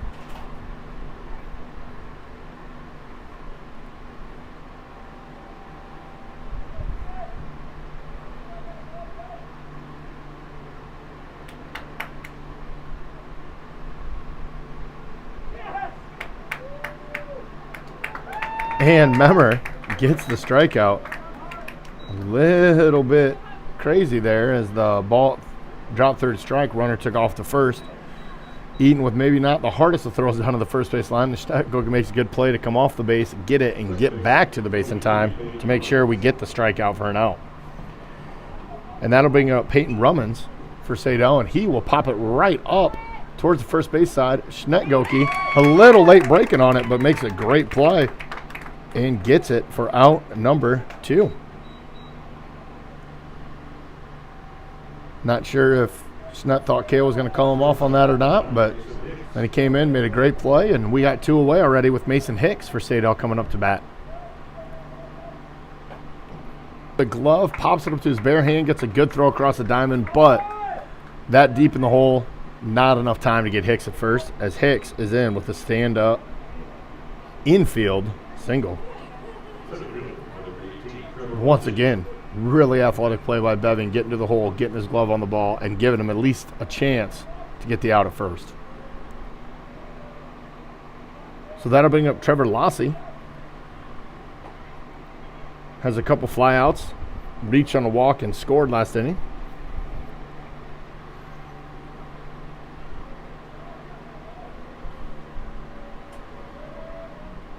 Memmer delivers and gets strike 1 as Lassie ticks it back, and just that little bit of touching it with the bat mixes it up for Eaton, and he takes one off the chest protector. Like Anthony did for the umpire in the first game. The ump walking out, taking a ball out to the pitcher, trying to give Anthony a second to collect himself after getting hit with a ball. It looks like Anthony's all right. Nice move there by the umpire. And our count moves to 1-1 on Lassie. As Eaton throws the helmet back on and gets behind the dish, ready to get the next pitch. And they are taking off from first. Hicks takes off, but the foul ball by Lassie is going to send him back to first base. Pretty good jump there by Hicks. Over at first, be interesting to see if Memmer tries to hold him a little closer here after seeing him take off.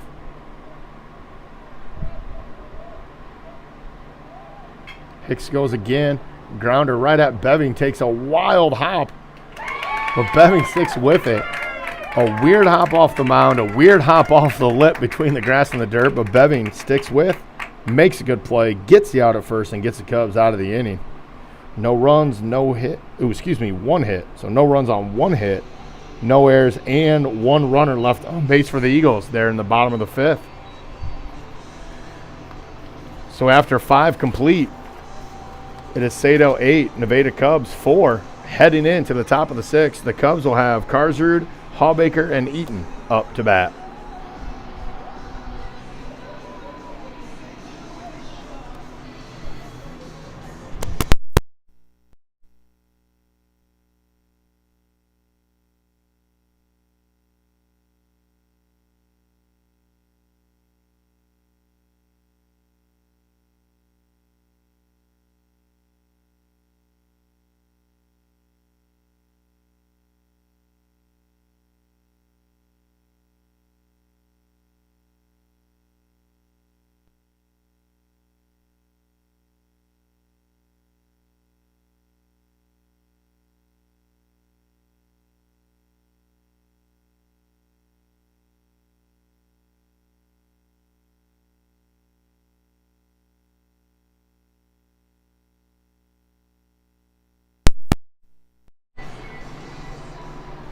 So here we go on the top of the 6th. Will Carson will be coming up to bat. Leading off the top half of the 6th, the Cubs.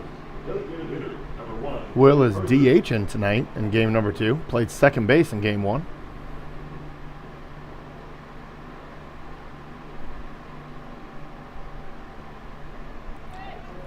First pitch by Roberts gets a swing and a miss from Carson. Tries the same spot, but Carson holds back this time to push the count to 1-1.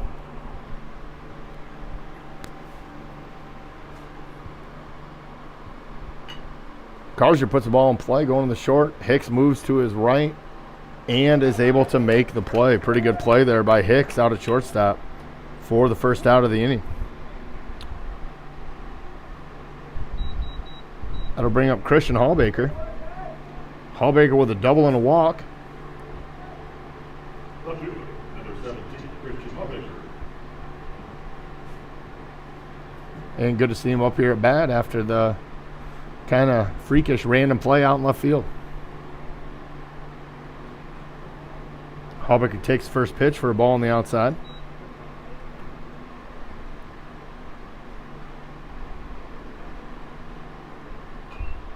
Swing and a fly ball back behind the press box for a foul ball. Evens our count at 1-1.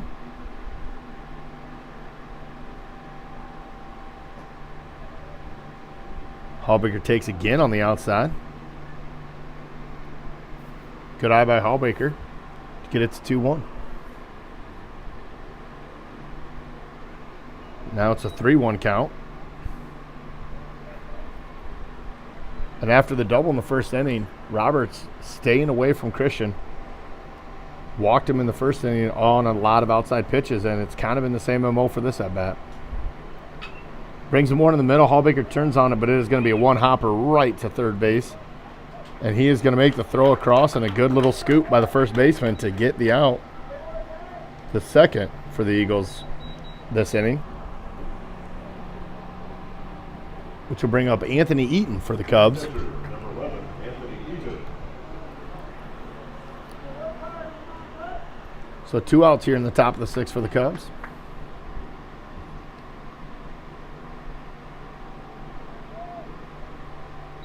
Eaton takes first pitch for a ball. Anthony trying to get something going for the Cubs here.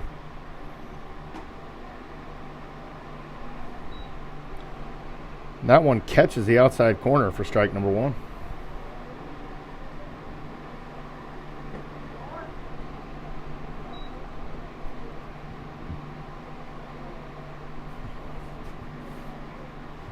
Roberts delivers.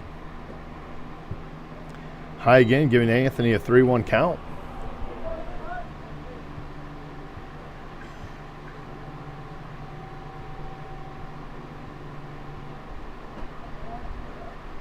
Roberts takes a little bit off and deals for the second strike, bringing the count full.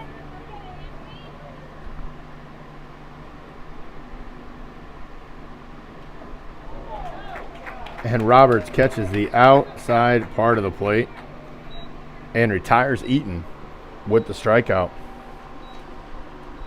3 up and 3 down for the Cubs, so no runs, no hits, no errors, nobody left on base, bringing us to the bottom of the 6th here at Nevada. The Eagles will have Cooper Lindahl, Roberts, and Embry up to bat.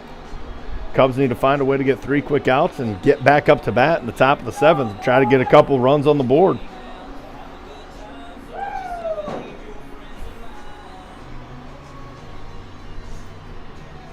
Memmer coming back out here on the mound for the bottom of the 6th. Pitched really well since coming into relief there in the second inning. Got us out of a jam in the second. Pitched a good third and a fairly good fourth, although gave up a couple runs there.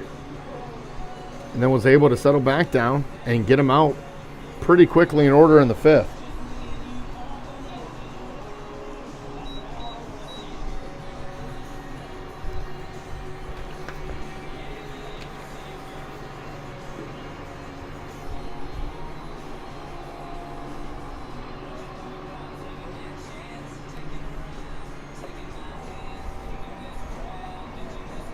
little longer here in between innings, as Eaton was the last one to make the out and also is catching, so obviously had to go get his gear on.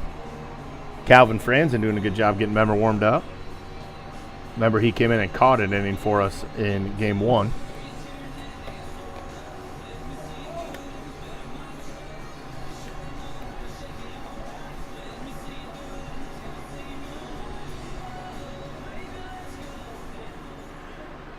And here we go in the bottom of the 6th. Leading off the bottom half of the 6th inning for the Eagles. Designated hitter number 3, Cooper Lindahl. Cooper Lindahl coming up to bat. Memmer's been able to retire with some strikeouts the last 2 times up. Would love to start the bottom of the 6th the same way. Ball a little low in the dirt.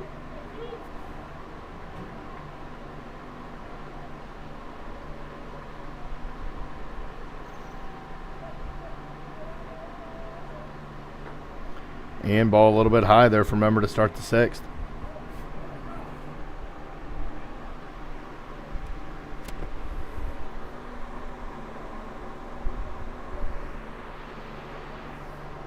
Two-0 count to Lindahl, the DH for the Eagles. Memmer tries to catch that outside corner that he's been getting the last couple innings, but puts it a little too far outside, pushing the count to 3-0.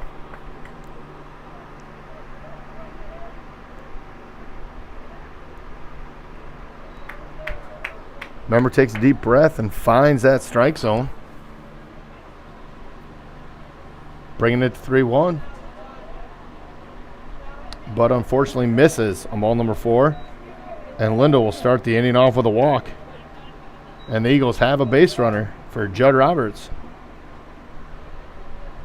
Pitcher number 13, Judd Roberts.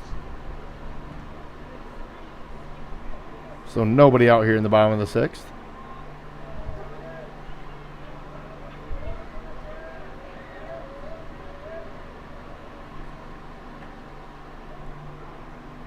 Lindahl not moving on the first pitch.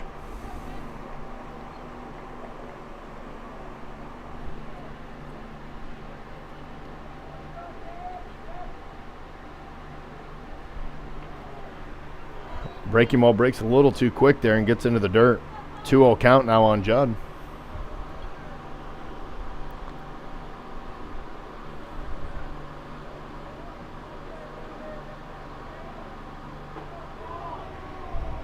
Memmer comes over the top, but leaves it a little high for the 3-0 count.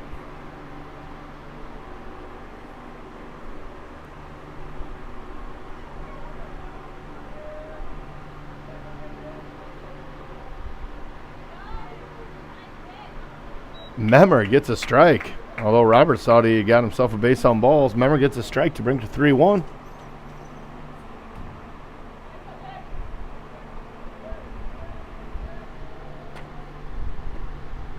But misses on the outside. And another walk gives the Eagles a couple base runners here in the bottom of the 6th. Catcher number 21, Jase Embry. That'll bring up Embry, the catcher. He's had a base hit, a walk, a fly out. Done a little bit of everything here tonight. First and second for the Eagles. Memmer gets the called strike on the inside corner.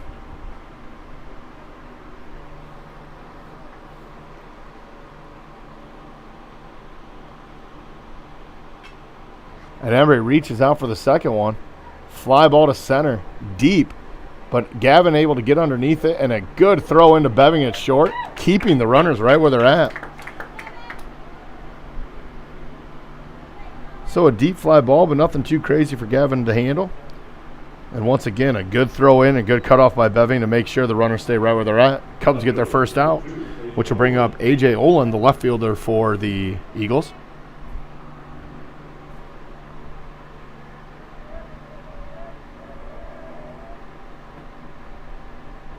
Memmer gets a strike on that inside corner again.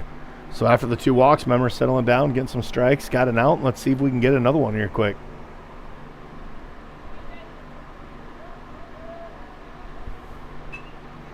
Olin tries the inside out one to right field, and it is going to drop in front of Dittmer in right field. Dittmer throws it into Schnetgoke. trying to keep the runner at first, but is unable to handle it cleanly, and the runner never stopped from second base and able to get the run in.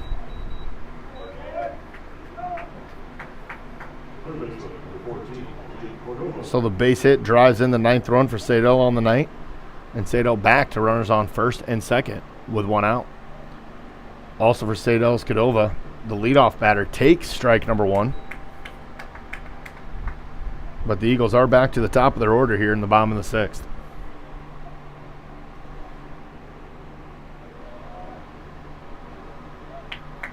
But Memmer quickly gets ahead 0-2 after the base hit from Olin. Trying to find a way to get us our second out here.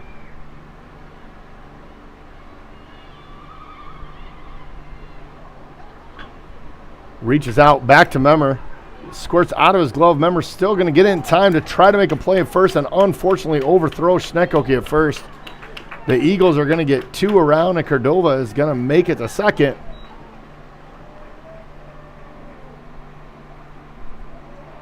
And Saydel finds a way to get a couple runs in. A well-hit ball right up the middle. Memmer does a great job getting his glove on it to stop it from going out into the outfield, but unfortunately could not get the throw to first in time. It sneaks past Schnekoke, goes to the fence, and Saydel's able to tack on 2 more runs. And that unfortunately looks like it's going to be the end of the night for Memmer. Memmer will leave with the score at 11-4. But did a great job in relief, finishing off the second, the third, fourth, and fifth, like we had said. Unfortunately, a couple runs get across here in the bottom of the 6th, and Coach Glenn makes a change. Colton Leslie will now be entering the game to pitch.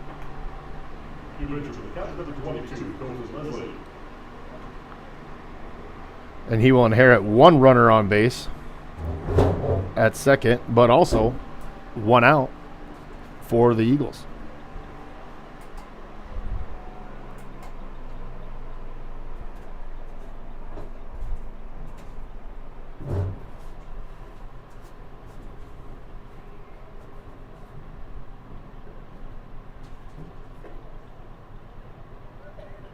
No other changes for the Cubs in the infield or outfield on the pitch and change.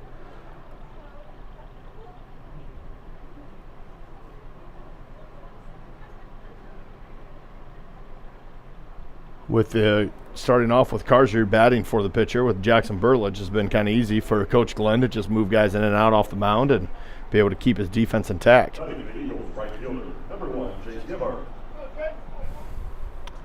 So now with 1 out runner on second, the second batter for Saydel, Jase Gebhardt, will be coming up to bat.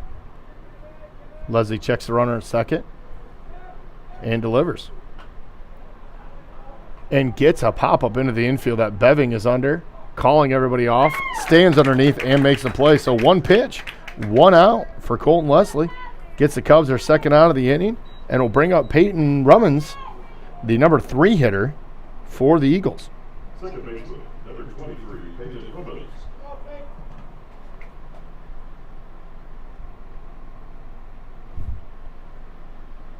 So Colt from the stretch again, throws a strike, fouled off by Romans.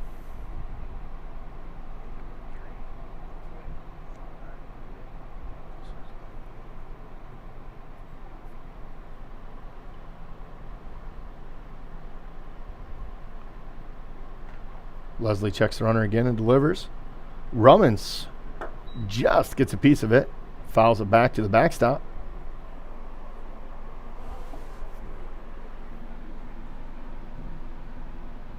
Putting Leslie ahead, 0-2.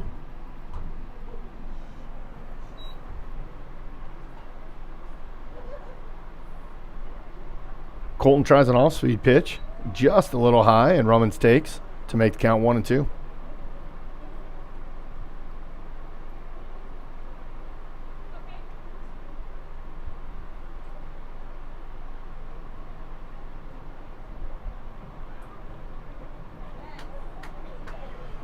Colton with the high and inside pitch, almost close enough for the strike 3 call, but unfortunately, maybe a little high for a ball.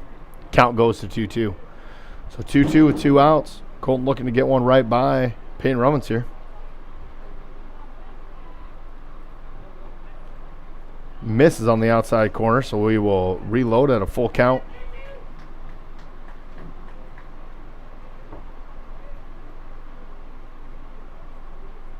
Three-two to count to Romans. Leslie settles and checks second.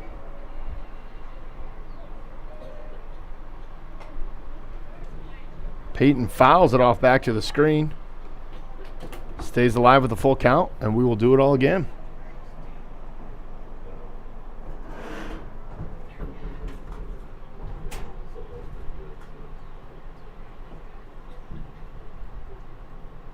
Leslie set to deliver. And misses low and away. And Payton will be on board with a walk.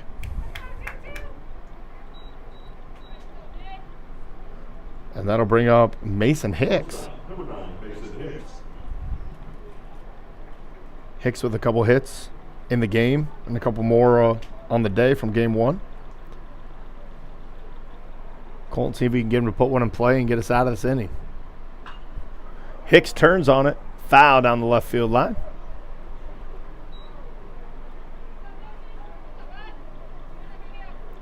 For strike number 1.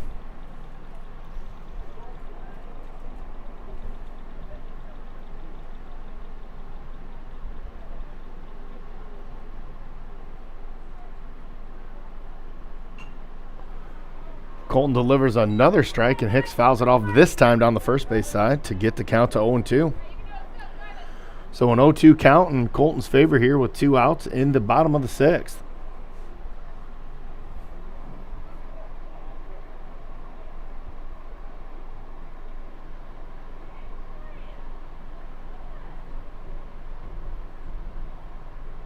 Colton delivers. Hicks sits on it, hits a fly ball to left field. The Hallbaker's giving chase and is not going to be able to get there. It is going to bounce off the wall. 2 runs appear that they are going to score, and they will. For Saydel, and Hicks is in with a stand-up double.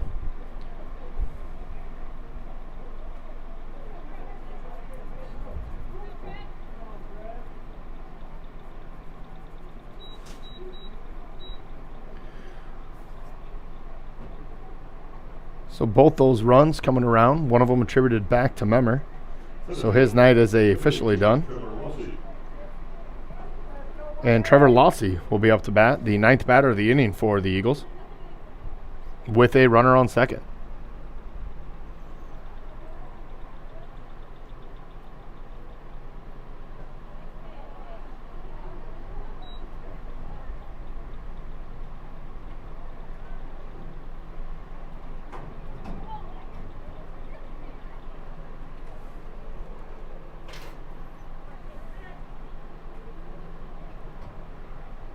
Colton delivers, and it is fouled back into the fence by Lossy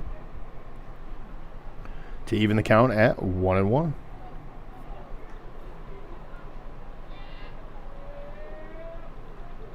Hicks on second, being held by Beving. Colton's done a good job at least checking and trying to keep those runners close. And the pitch on the outside, good stop by Eaton to keep Hicks at second base as the count moves to 2-1.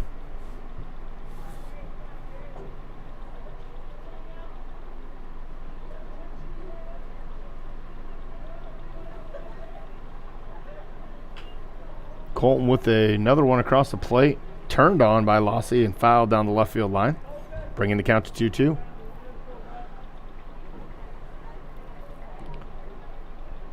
So Lossy steps back in with a 2-2 count and 2 outs. Colton trying to get one right by him or get one in play and get our bats going here back in the top of the 7th.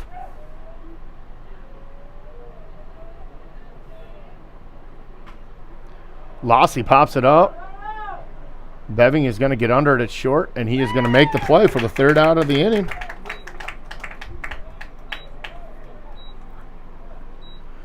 So Saydel ends up getting 5 runs on the 2 hits. 1 error and 1 left on base. So after 6, your score is Saydel 13, Nevada Cubs 4.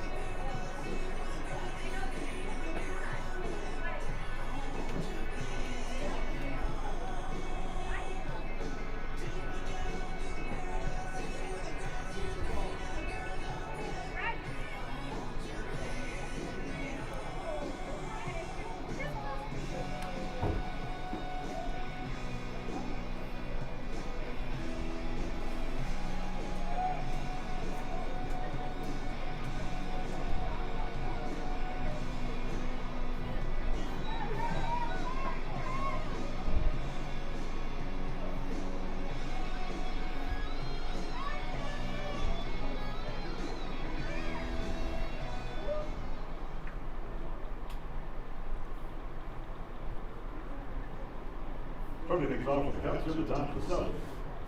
Third baseman, number 3, James Edwards. James Edwards will be leading things off for the Cubs here. Top of the 7th. As Roberts delivers a strike.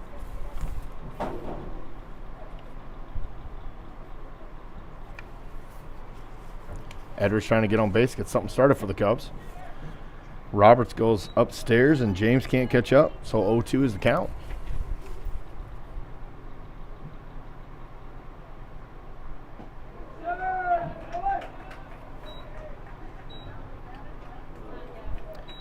And James goes down, strike number 3 for the first out of the inning. Number 10, Gavin Malone.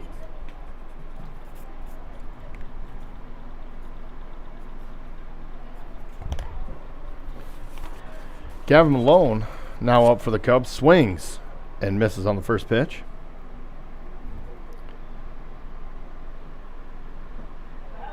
Gavin takes inside for strike number 2. 0-2 the count now to Gavin.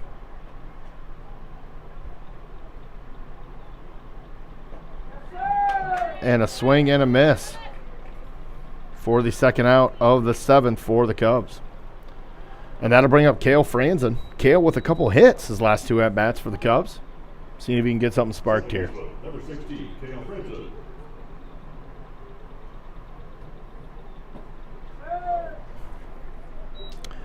Kale looks on, takes first pitch strike.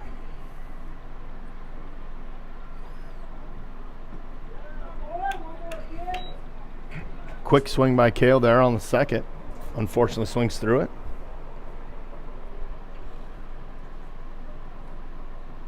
No balls and 2 strikes as Roberts delivers. On the outside.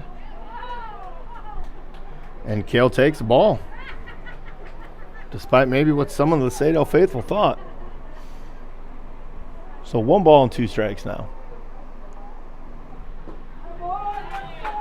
And Kale swings through it for the strikeout and the 3rd out of the game. And that is the ball game. With Saydel, remember, being the home team, does not need to bat in the 7th. So that is the final. Saydel 13, Nevada Cubs 4. Good work by both teams. A nice little conference doubleheader. Unfortunately, didn't work out the way the Cubs were hoping. But the Cubs will be back at it this week with a couple more games, including a Thursday home game for the Cubs. Thanks for watching and listening along on the live stream. Have a great night. That's it from Cubs Stadium.